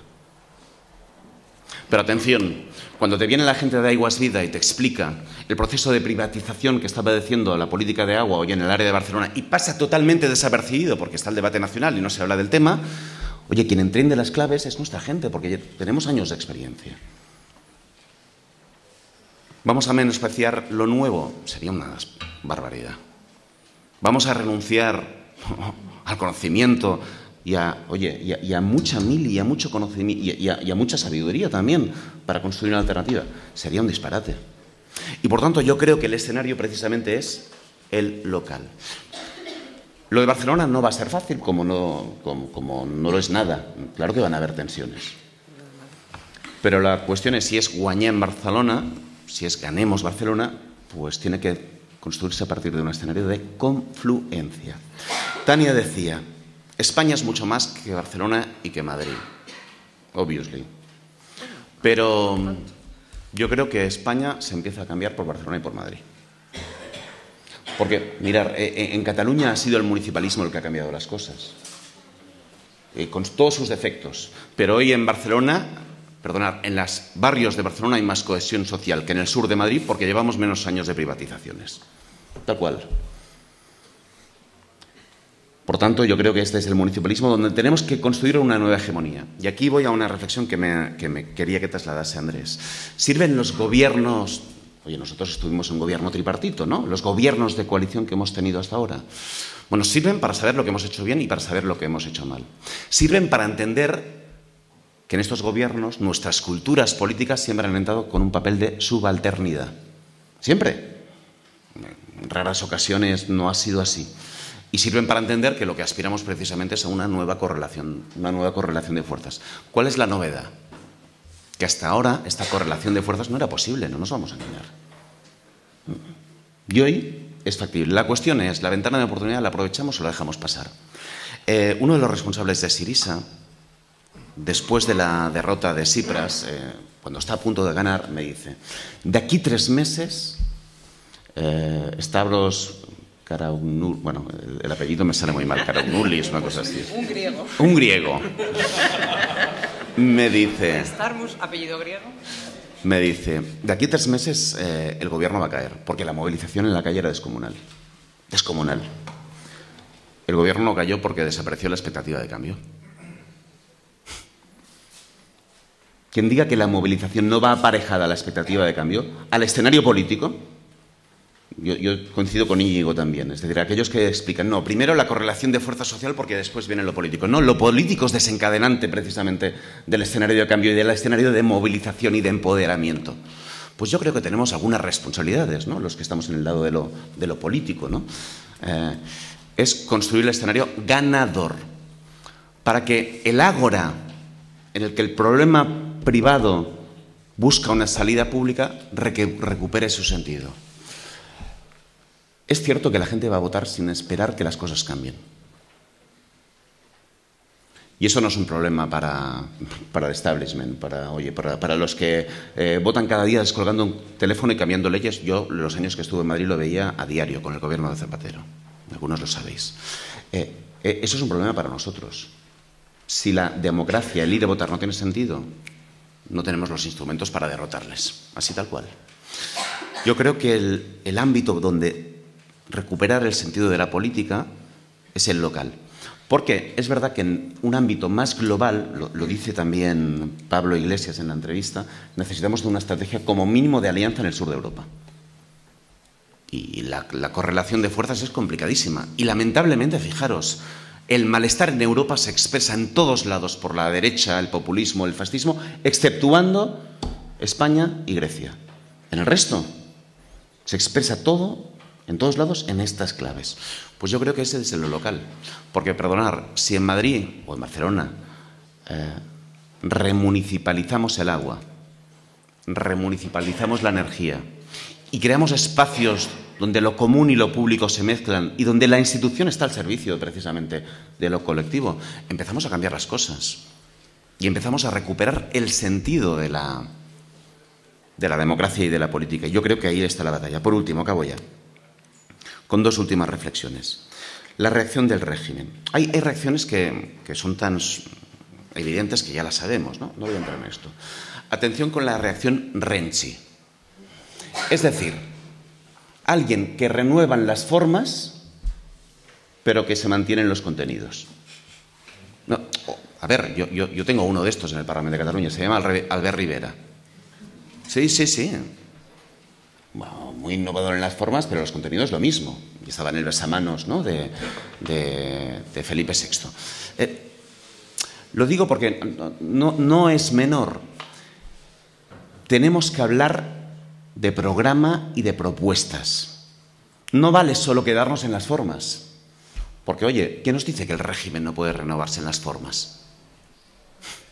Claro que pueden.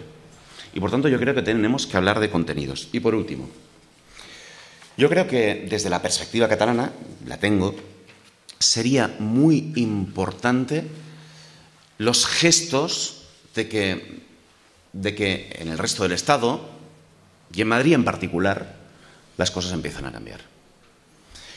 Vosotros sabéis lo del Pacto de San Sebastián, cuando diferentes fuerzas políticas lo que hacen y lo que expresan es: tenemos una propuesta de modelo Estado que no amenaza sino seduce a Cataluña. Que tengamos un nuevo Pacto de San Sebastián, yo creo que depende de nosotros, depende de Izquierda Unida, depende de Podemos, depende de los actores en Cataluña, y veremos qué pasa en noviembre con este pulso para poder ejercer el derecho a decidir, que yo creo que el régimen lo va a intentar impedir de todas. Pero creo que es fundamental que a la agenda local, espacio de transformación, le demos también una respuesta a lo territorial. Y lo territorial para mí significa un nuevo Pacto de San Sebastián. Lo digo muy a lo bruto, pero que plantee también otro horizonte para entender que una sociedad mixta como la catalana, yo vengo de un barrio mixto también, bueno, más que mixto, castellano parlante, la verdad, para que os voy a engañar. Pero, ¿cómo conseguimos que esa realidad, ¿no?, oye, vuelva a entender que en España hay alianzas, aliados y espacios para cambiar las cosas? Nada más.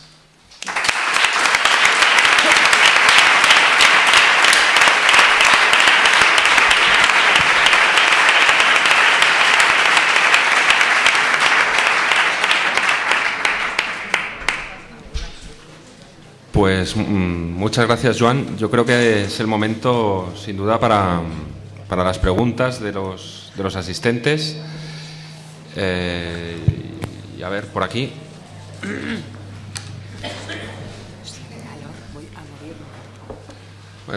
Tú mismo, a ver si se oye o no se oye. Hola, sí. Hola, buenas. Yo soy Matías, dirijo una organización que se llama Quorum.org, me vais a perdonar la cuña. Tenemos una nueva web. ¿Cómo se llama? Quorum.org. Estamos en contacto, de hecho, bueno, estamos en contacto, estamos intentando contactar, Joan, a vuestros 3 diputados en el Parlamento, a Laura y a Joan, a Laia y a Joan. Y bueno, nosotros, me quedo con dos cosas que ha dicho, una que ha dicho Joan y otra que ha dicho Íñigo, que son los dos ámbitos para recuperar el sentido de la política. Joan ha hablado del ámbito de lo local y Íñigo ha hablado de una máxima que bueno, tiene un nombre teórico, que es el Hawthorne Beach Game, que es como las mayorías solían pasar por el centro y cómo esa máxima se está rompiendo y parece que desde la bajada de las elecciones europeas parece que ya no esa teoría de los vasos comunicantes ya no se cumple. Yo creo que ese comentario de Íñigo tiene relación con el segundo ámbito, que es el de las iniciativas concretas. Tenemos un ámbito que es el de lo local, pero hay otro que es el de las iniciativas concretas, y por eso los dos grandes partidos ya no quieren hablar de la realidad política de España en la actualidad. Nosotros en nuestra web intentamos que en las iniciativas legislativas que se están tramitando en el Parlamento la gente pueda participar y los diputados entren y vean esas propuestas de la gente. Entonces Íñigo se ha quedado a mitad, que tenía que comentar los retos, y yo me gustaría que comentara esos retos en relación con este nuevo tipo de herramientas de comunicación con la ciudadanía que existen, que sé que es un reto importante también para los representantes con cargo institucional. Muchas gracias. Bueno, pues sí, yo creo que sí, ¿no? O hacemos varias. Venga, varias. Vale. Bueno, Nacho también les fue interpelado. Si haces varias, al final Has hablado sin intervenir, esto es lo nunca visto.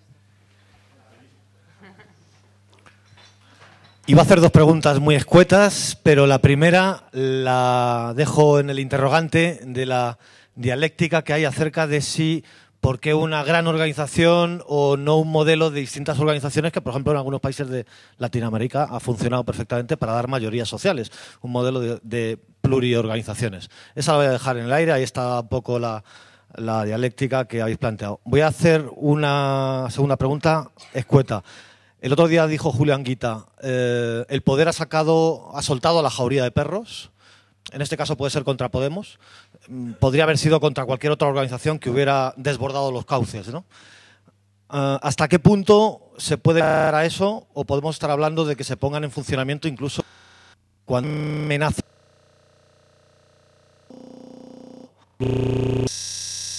de instituciones supranacionales de la propia Unión Europea, ¿no?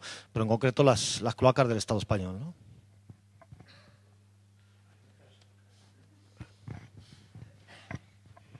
Hola. Vale, funciona, ¿no? Así. Yo soy Manolo Malime, estoy suscrito al diario ES. Yo había recibido ya directamente el ejemplar y me lo he leído y me ha gustado muchísimo, y he venido aquí porque esperaba que, en fin, ratificarais y ampliarais lo que es. También soy recientemente desde el grupo de Podemos de Chamartín, Madrid, donde aquí están 3 compañeros dirigentes, Araira, Marta y Juan. Y bueno, pues quería decir que efectivamente el problema, en fin, de Podemos es complejo. Efectivamente han sabido articular, pues, en fin, desde la realidad que nos toca vivir, generar un proyecto alternativo que de hecho es un proyecto de partido. Ha sabido aprovechar de alguna forma el malestar de la calle para conseguir, pues, que hayan tenido en 4 meses, pues, los resultados electorales que han tenido. Me acuerdo de que Pablo Iglesias, pues, precisamente sabiendo emplear ese lenguaje desde abajo, pues dijo en una ocasión que Lenin en 1905 no dijo al pueblo, en fin, cosas inteligibles, y que le dijo paz y pan, y se ganó el aplauso de todo el pueblo y tal. En ese sentido, pienso que Podemos tiene un problema complejo porque cómo articula una filosofía que se asienta en una base política y que es necesario estudiar. La gente de abajo, por nacer en esa condición social de explotado, no se hace con conciencia de clase. Esa conciencia hay que científicamente ayudar a que la supere. Y ahí es el gran problema. Yo, cuando me he integrado a la comisión de Chamartín, propuse que bueno, se creara una comisión para, por ejemplo, comprender la función histórica del Estado, cómo se organizaba la clase social en el poder y cómo desde esa realidad es posible generar poder alternativo. Bueno, pues aquí las compañeras, no sé, Araida o Marta, me dijeron que eso tenía que plantearlo en ¿cómo se llama? La comisión donde me he apuntado, contenidos. Entonces, bueno, pues resulta que luego me he enterado que, bueno, se habían apuntado 3 compañeros más, y entonces les mandé un correo para decirles que cuando nos reuníamos para ver si interesaba el tema que había propuesto, o si no, pues, en fin. Y bueno, porque yo, si no hay interés en eso, pues nada, yo no pretendo erigirme. Bueno, concretando, eso es. Que hay un problema que en este momento tenemos en la comisión bastante gordo, y aquí las compañeras lo están viendo. Y entonces, un compañero dirigente de esa comisión, pues, en fin, me ha contestado diciendo que el marxismo de ciencia, pues, que no tiene nada. Vamos, que no ha conseguido que eso... Pero perdón, la pregunta para pues eso es una pregunta para compañero... compañero... que en fin... bueno, termino, disculpad, que es que yo me pongo muy nervioso. Bueno, muchas gracias. Muchas gracias. Bueno, vamos a dejarles contestar un poco y también me gustaría yo introducir la pregunta, sobre todo a Tania e Íñigo, como en toda esta empatía, todo esto, si se puede no sumar, ¿qué horizonte veis? ¿Qué condiciones hacen falta? ¿Y qué creéis que va a pasar? Saca la bola de cristal, Íñigo. Quería aprovechar también, y prometo brevedad, para una parte de esos retos, digamos, que había dejado para la parte de la discusión y que también salían en algunas de las preguntas, ¿no? Yo coincido con el análisis de que el tiempo acelerado es también un tiempo acelerado porque no debemos confundir la duración de la crisis económica con la duración de la crisis política, entendida como la incapacidad de los sectores o gobernantes para dar respuesta a una parte de las demandas insatisfechas. Eso puede solucionarse mucho antes de que se solucione la crisis económica. Esto es, tenemos que pensar en la posibilidad de algún tipo de restauración que, incorporando alguna de las demandas más compatibles con el establecimiento, con el status quo y con el importantísimo papel disciplinador del miedo y de la pobreza, y por tanto con la posibilidad de estabilizar un país con una tasa de paro muy elevada, con un 20% de pobreza, en la que la siguiente generación ya no se incorpora con una crisis de expectativas entre lo que entendía que tenía derecho y los derechos que efectivamente puede tener. Y por tanto, entender la crisis no como un momento de empobrecimiento, sino como un momento de fractura entre las expectativas de una parte de la sociedad y las posibilidades reales de satisfacerlas. Pero eso se puede cambiar y aquí me parece de nuevo importante recordar, bueno, pues otros ejemplos que hemos vivido en los cuales, y estoy pensando, por ejemplo, en la brutal transformación del país y del Estado emprendida, por ejemplo, por Margaret Thatcher en Inglaterra, que es verdad que cuando se muere, pues sí hay alguna gente que descorcha champán y que luego efectivamente pierde las elecciones, pero las pierde después de haber transformado su país de forma que tiene muy difícil retorno. Es decir, después de haber destruido las estructuras, los nichos laborales, las culturas, después de haber transformado de forma radical su país, de forma tal que incluso los que le ganan luego las elecciones gobiernan en un escenario ya predeterminado por ella. Decía uno de los artífices de la Constitución post-pinochetista de Chile, se trata de construir una Constitución y un país tal que incluso si llega a gobernar el adversario, gobernara de forma muy similar a como gobernaríamos nosotros mismos. Y, por tanto, creo que no habría que perder de vista la posibilidad de que haya transformaciones en el sistema político, en la estructura social, en el mercado laboral, que hagan que, incluso con una correlación electoral diferente, quien llegue ya en un país en el que el efecto disciplinador del miedo, del estrechamiento de la democracia y de una parte de restauración por arriba, y ahí efectivamente creo que juega un papel fundamental las posibilidades de oxigenación de las opciones tradicionales, que yo no las da... Digo, se habla muy a menudo, por ejemplo, de si aquí sería posible un fenómeno tal como la pasoquización. En Grecia yo eso, digamos, lo quiero ver en los dos sentidos, pero lo tengo que ver para apuntarlo. Yo no sé, y por tanto no despreciaría las posibilidades de una cierta oxigenación de las opciones tradicionales, bueno, pues mostrando alguna flexibilidad y alguna capacidad más de la que han mostrado hasta ahora, ¿no? Y yo creo que ahí efectivamente una opción es claramente esta opción de restauración, digamos, transformación desde arriba, que oxigene un poco el pluralismo interno al régimen, excluyendo una buena parte y, de nuevo, excluyéndonos a ese espacio simbólico en el que están muy cómodos de que ocupemos, o bien una opción de apertura que para mí es una opción que inequívocamente pasa por una opción constituyente, es decir, por una opción que en una recuperación de la soberanía popular sea capaz de rehacer con todos un contrato social que efectivamente ha sido roto desde arriba y que eso, y me parece muy pertinente que lo señalaras, pasa en el caso del Estado español inequívocamente por una solución que reconozca la plurinacionalidad y que reconozca una articulación posiblemente asimétrica de los territorios. Digo, o pasa por ahí o no pasa, o pasa, me parece, por un punto de impasse, y ahí me parece que la cuestión constituyente no hay que pensarla solo como la cuestión de la convocatoria, digamos, de unas Cortes Constituyentes que elaboran un proyecto diferente de Carta Magna que luego es votada, sino también como la construcción general de una voluntad colectiva de país o de países. Creo que sobre la cuestión que se planteaba de si se ha roto el espacio de que las mayorías pasan por el centro, claro, es que también ahí hay que tener cuidado porque el centro, de nuevo, pues es una metáfora. Quiero decir, ¿qué significa? Se dice, en España la gente es de un 4,5 entre izquierda y derecha. ¿Qué significa ser 4,5?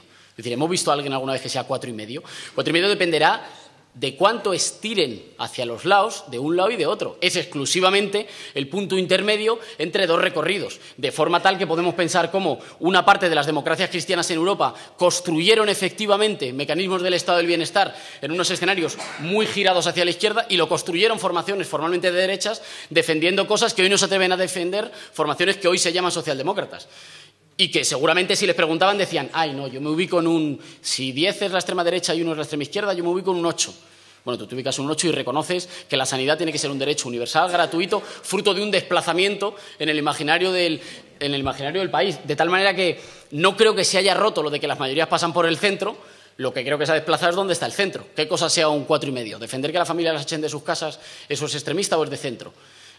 Digamos, lo estoy reduciendo a una cosa más caricaturesca, pero para expresar en qué medida todas esas cosas que son, de nuevo, digamos, etiquetas, se han movido, ¿no? Con respecto a... Y dos cosas más, muy rápido.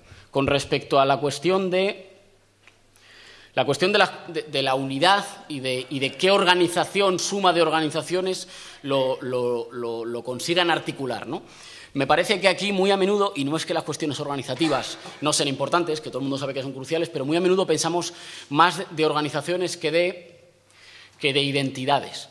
Digo, las grandes formaciones políticas se llamen partidos, se llamen movimientos, se llamen periódicos, se llamen culturas o se llamen tribus. Las grandes formaciones políticas son capaces de generar un sentimiento de pertenencia, en el cual la gente durante mucho tiempo, y eso ahora posiblemente esté más en erosión, pero la gente ha sido socialista. Digo, en España, en la significación que eso recibe por relación al Partido Socialista. Igual que la gente nítidamente es del PP. Es al margen de qué posición ocupe en la geometría, a veces compleja, y que a la gente no siempre le importa tanto, de la estructura organizativa. Me parece que que a lo mejor hay que cambiar un poco el foco y pensar, además de cómo ponemos nuestras máquinas organizativas juntas, porque a veces se puede hacer cosas muy grandes con máquinas organizativas muy pequeñitas, además de cómo ponemos las máquinas organizativas juntas, cómo somos capaces de generar un relato tal que una mayoría de la gente que se siente estafada, insatisfecha o frustrada sea capaz de constituir a partir de esos sentimientos también una voluntad colectiva nueva en constructivo. Y esto, claro, uno puede decir, bueno, pero esto parece que es exclusivamente una cosa de enunciarlo. Pero lo conecto con la cuestión de algunos de los retos. Claro, los retos son millones, entre ellos que lleguemos vivos al final del proceso. Pero los retos son millones. Algunos de los retos, bueno, yo creo que es tal el nivel de derrota que llevamos acumulada, de derrota en muchos planos, que hay que hacer muchas labores al mismo tiempo. Y además todas las labores son urgentes. Seguramente hay que emprender un camino de reconstrucción del territorio y de las organizaciones en el territorio y de una sociedad civil progresista, de una sociedad civil popular al servicio de las mayorías sociales, y eso pasa por una cantidad de trabajos de reconstrucción que nunca parecen inmediatos, pero que son fundamentales para cuando los necesitas. Al mismo tiempo, hace falta seguramente todo un trabajo lo discutíamos el otro día, de pedagogía y de producción cultural, pero también de producción de esos artefactos con los cuales la gente disgregada puede ser un pueblo.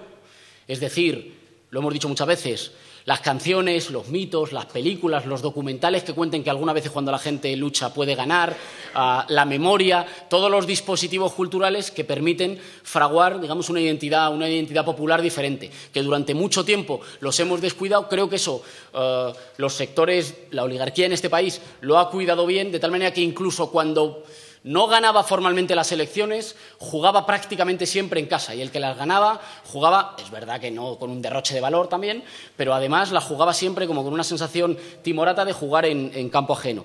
Y por último, y es una cosa que a menudo se nos olvida, me parece que la producción ya e inmediata de los cuadros que sean capaces de gestionar las instituciones conquistadas. Porque son ese tipo de saberes que no se adquieren normalmente en la contestación o en la construcción contrahegemónica, pero que al día siguiente empiezan a ser inmediatamente imprescindibles y que, digamos, normalmente no abundan y que normalmente los descuidamos porque efectivamente no son inmediatos, pero que son inmediatamente imprescindibles porque van a ser aquellos que sean capaces, ellos, junto con una presión popular sin la cual los gobiernos de cambio no pueden avanzar, van a ser los que diriman, digamos, la diferencia de, bueno, no solo de construir una ilusión mayoritaria por una posibilidad diferente de ordenación de la comunidad política, sino también de que esa se construya, se convierta en cotidianidad. Y ahí, y cierro ya, lo prometo, lo relacionaría con la cuestión de, digamos, de esas nuevas iniciativas y de la posibilidad, y cuidado con creernos que es un equilibrio sencillo, de encontrar un acomodo entre democracia y eficacia. A menudo creo que partimos de una matriz de pensamiento por la cual todo lo bueno se lleva bien con todo lo bueno. De tal manera que libertad, igualdad, democracia, eficacia, desarrollo, respeto a la naturaleza, bueno, pues casan naturalmente, porque como queremos lo bueno, cuando llegue lo bueno, todas las cosas buenas engarzarán, ¿no? En la realidad, todas las experiencias y los procesos de cambio político demuestran que uno puede tener a veces que negociar entre bienes que no siempre casan inmediatamente, y por ejemplo, entre democracia y eficacia. Que queda feo decirlo, pero que no tienen un encaje así como inmediato, un enamoramiento inmediato, ¿no? Y que hay que encontrar siempre la solución en un punto que no depende de un diseño organizativo abstracto, sino de qué tareas para qué momento inmediato, ¿no? Y, por tanto, el diseño de que nos jugamos todo en un ciclo político, en una ventana de oportunidad estrecha, en la que podemos hacer mucho, pero que puede cerrarse, me parece decisivo también para pensar qué tipo de apuestas, qué tipo de organizaciones, qué tipo de hipótesis, ¿no?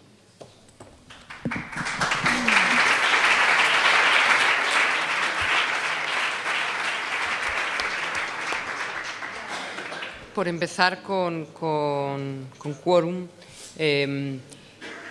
la clave de este tipo de iniciativas, yo conozco vuestra página, la clave de este tipo de iniciativas es ser capaces de entender que lo importante no son las herramientas, sino lo que sostiene, ¿no? ¿Cuál es la clave de un proceso legislativo o de un proceso normativo por parte de un Estado? Es que regula un elemento conflictivo en la sociedad y lo resuelve, ¿no? Por una vía. Y lo resuelve habitualmente en favor de uno de los dos lados del conflicto.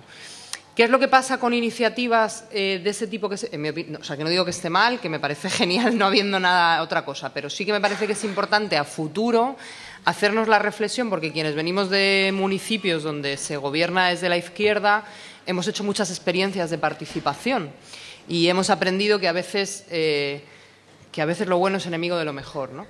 Y que muchas veces los elementos de participación clásica que no atienden al elemento básico de la ciudadanía, de por qué la ciudadanía va a participar de un proceso cuando el modelo institucional del Estado no está creado para generar culturas de participación, hace elementos perversos en los que una minoría organizada es capaz de imponer decisiones aparentemente democráticas, que los cojones 33 democráticas, que responden al interés de una minoría.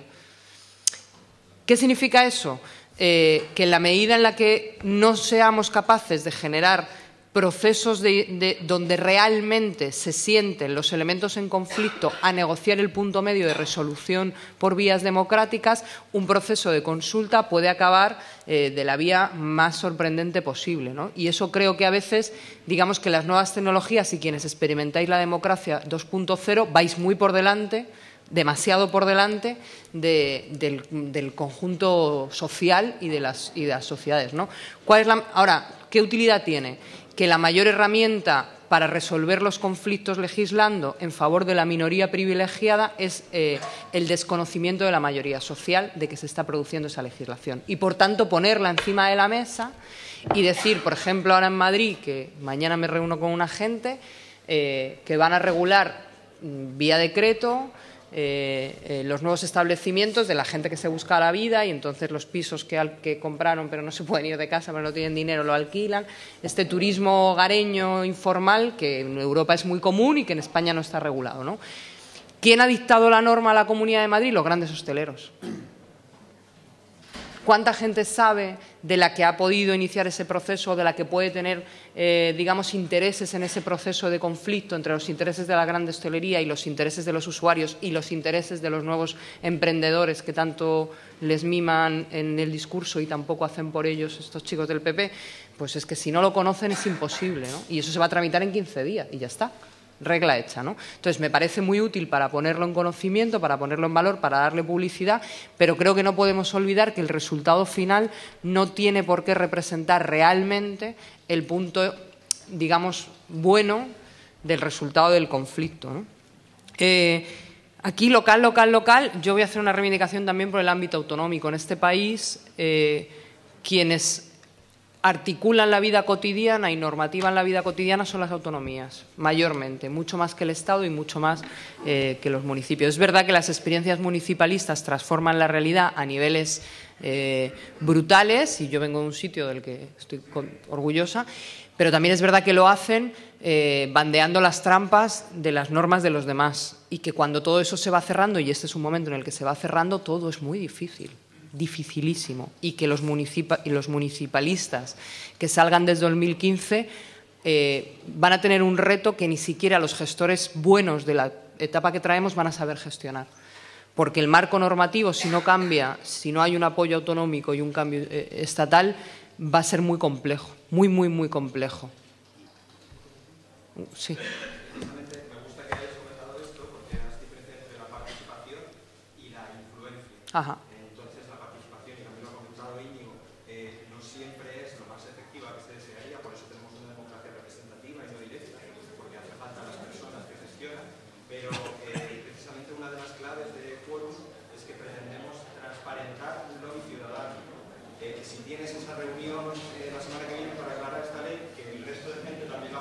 Claro.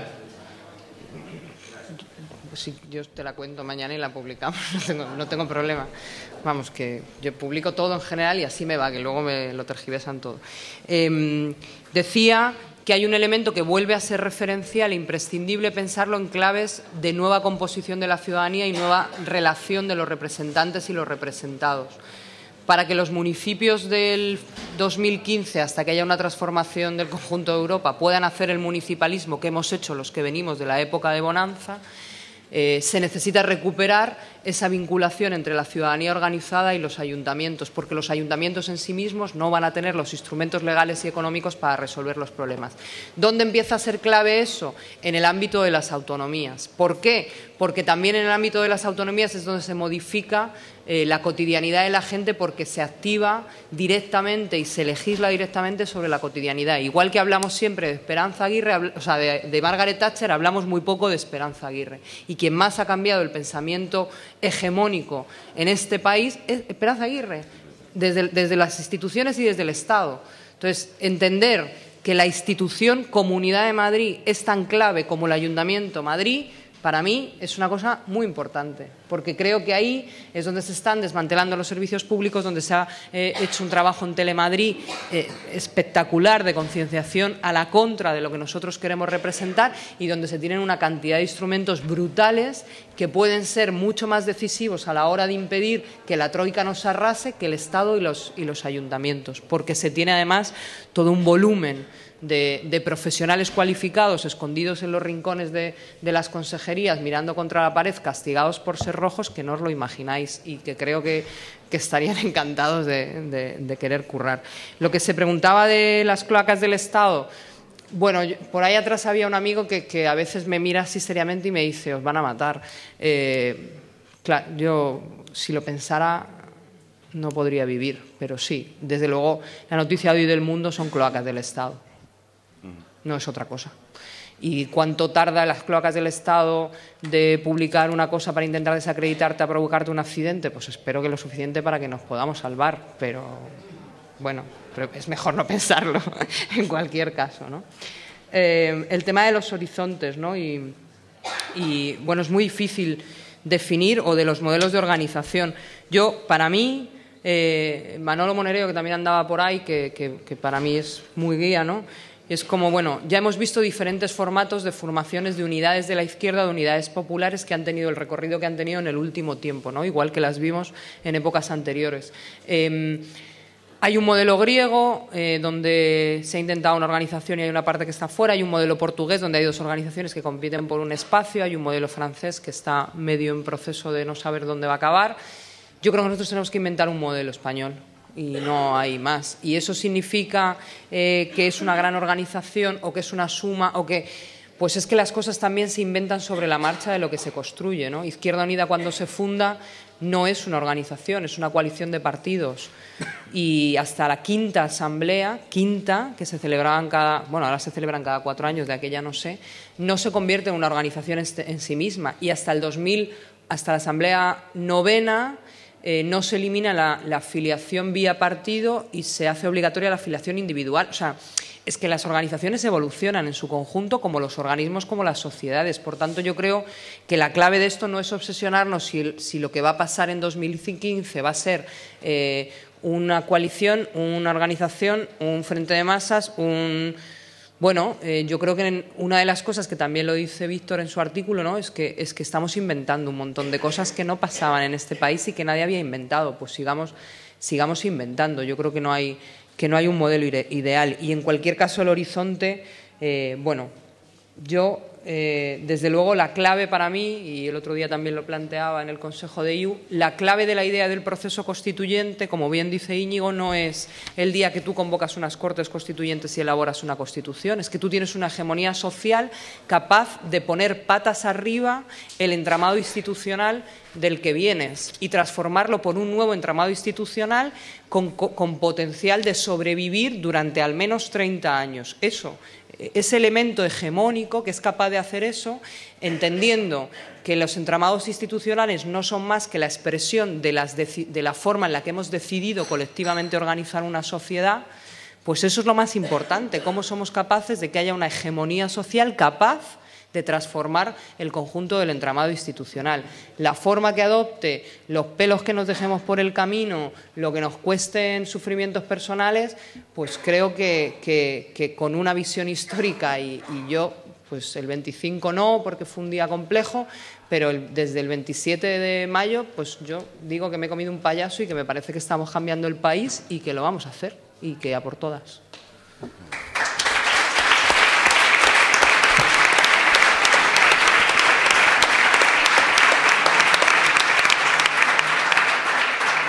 Yo de forma muy telegráfica, pero al compañero de Quórum simplemente anotar un elemento. Yo creo que tenemos que introducir además elementos de referéndum, revocatorios, derogatorios, pero hay un elemento clave, democracia deliberativa. Es decir, sin hablar de medios y cómo informamos, no hay democracia. Algunos de los que aquí me acompañan saben la debilidad de algunos por el tema energético y yo he aprendido mucho de ellos. Hoy este país no tiene futuro sin un debate energético transparente. No hay debate energético. Y en lo que está pasando en Barcelona sobre el agua no lo va a publicar nadie mañana. Nadie, porque Agbar retira la publicidad. Yo creo que hay un elemento clave y central para conseguir precisamente que las redes permitan decidir sobre lo cotidiano y que la democracia no sea votar cada 4 años, delegas el voto y con eso gestionan, que es la democracia deliberativa. Y para mí este es un elemento central. Segunda reflexión. En el Reino Unido hubo 2 estrategias, cargarse el mundo local y cargarse el mundo del trabajo. El mundo del trabajo como la articulación del espacio que te genera la conciencia de clase y el mundo local como el espacio en el que se cambian las políticas. Es lo que está pasando aquí, perdonad. Y yo creo que aquí hacer a la gente propietaria de vivienda. Y hacer a la gente propietaria a toda costa de vivienda, que es lo que pasa aquí. Creo que tenemos que hacer una reflexión profunda sobre el mundo del trabajo. Porque sí que es verdad que porque el precariado existe, pero el mundo del trabajo es un espacio de articulación, de conciencia, de ciudadanía y de conciencia de clase. Y yo creo que esa reflexión tiene que existir porque no hay transformación sin la articulación de una estrategia en el mundo del trabajo. Y me ahorro lo que Íñigo apuntaba en materia, ¿no?, del hacernos propietarios, y eso lo que hace es hacernos conservadores, y el elemento local. Y lo que está claro es que estos tipos tienen un plan, de la economía de mercado a la sociedad de mercado. Y si ellos consiguen que 2/3 de la sociedad, el que lo pinta todo en rosa y el que va trampeando, pueda acceder a sus derechos en función de los dineros que llevan los bolsillos, estamos fastidiados. Iba a decir otra cosa, estamos jodidos. ¿Por qué? Porque con 1/3 de la sociedad que no accede a los derechos, ese tercio no va a ser suficiente para ganar.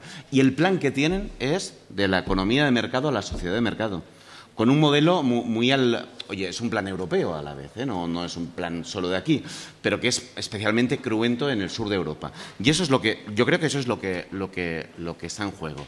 Es aquí donde yo creo que las fórmulas, estoy de acuerdo con Tania, tiene que ser una fórmula propia y cada territorio deberá decir lo que quiere. Y a lo mejor en Cataluña es distinto que en el resto del Estado, pero tenemos experiencias. En el 36 el Partido Socialista Unificat de Cataluña se funda con la Federación del PSOE en Cataluña y con el Partido Comunista. Para mí hay un ejemplo muy interesante que es el de Uruguay. Está muy bien que miremos en Syriza, pero quizás que nos fijemos en el único subcontinente que hoy reduce las desigualdades de todo el planeta, que es América Latina. Y en América Latina, con realidades distintas, hubo un reconocimiento de legitimidades de lo social a lo político y de lo político a lo social, entendiendo que cuando se accedía a las instituciones no se conseguía el poder. Y por tanto yo creo que tenemos que ver en América Latina lo que ha pasado, y para mí una experiencia muy interesante es la del Frente Amplio, porque existiendo diferentes organizaciones hay la voluntad precisamente de construir. Y en Uruguay la desigualdad se ha reducido del 30 al 10%, y eso significa cambiar las condiciones materiales de la vida de la gente.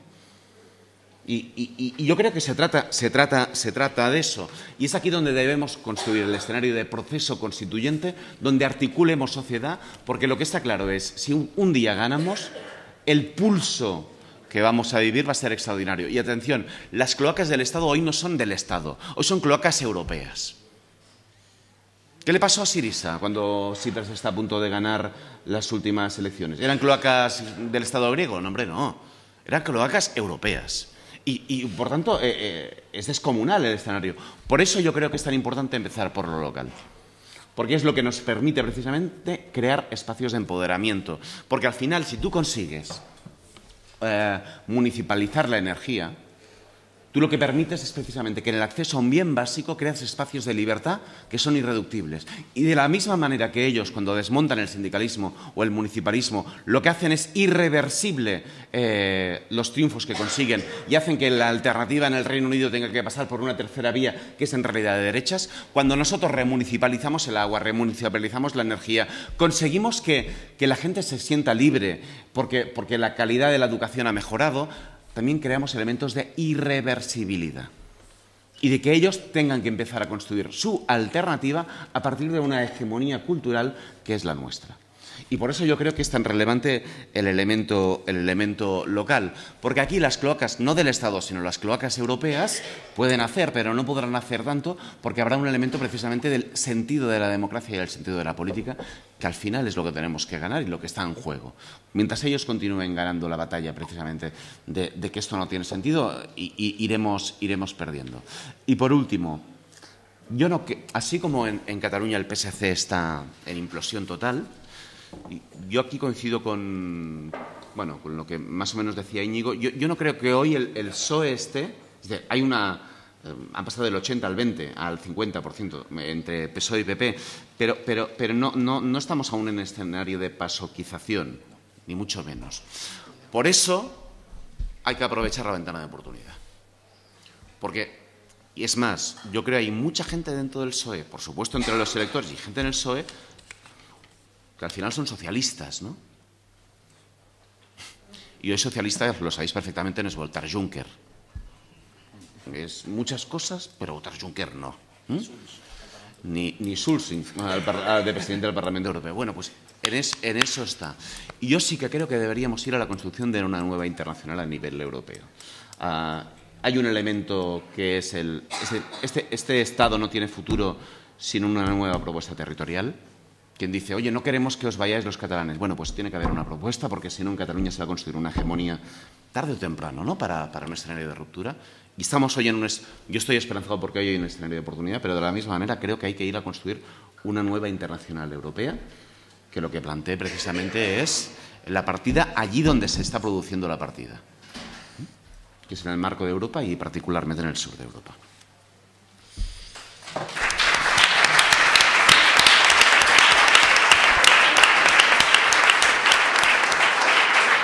Bueno, ya llevamos 2 horas aquí, hace calor, no sé si alguno más quiere añadir algo en la mesa, o si no... venga, la última, porque los compañeros de ECO han montado una barra aquí en la terraza, que yo creo que Una barra en la terraza. que hay que ir.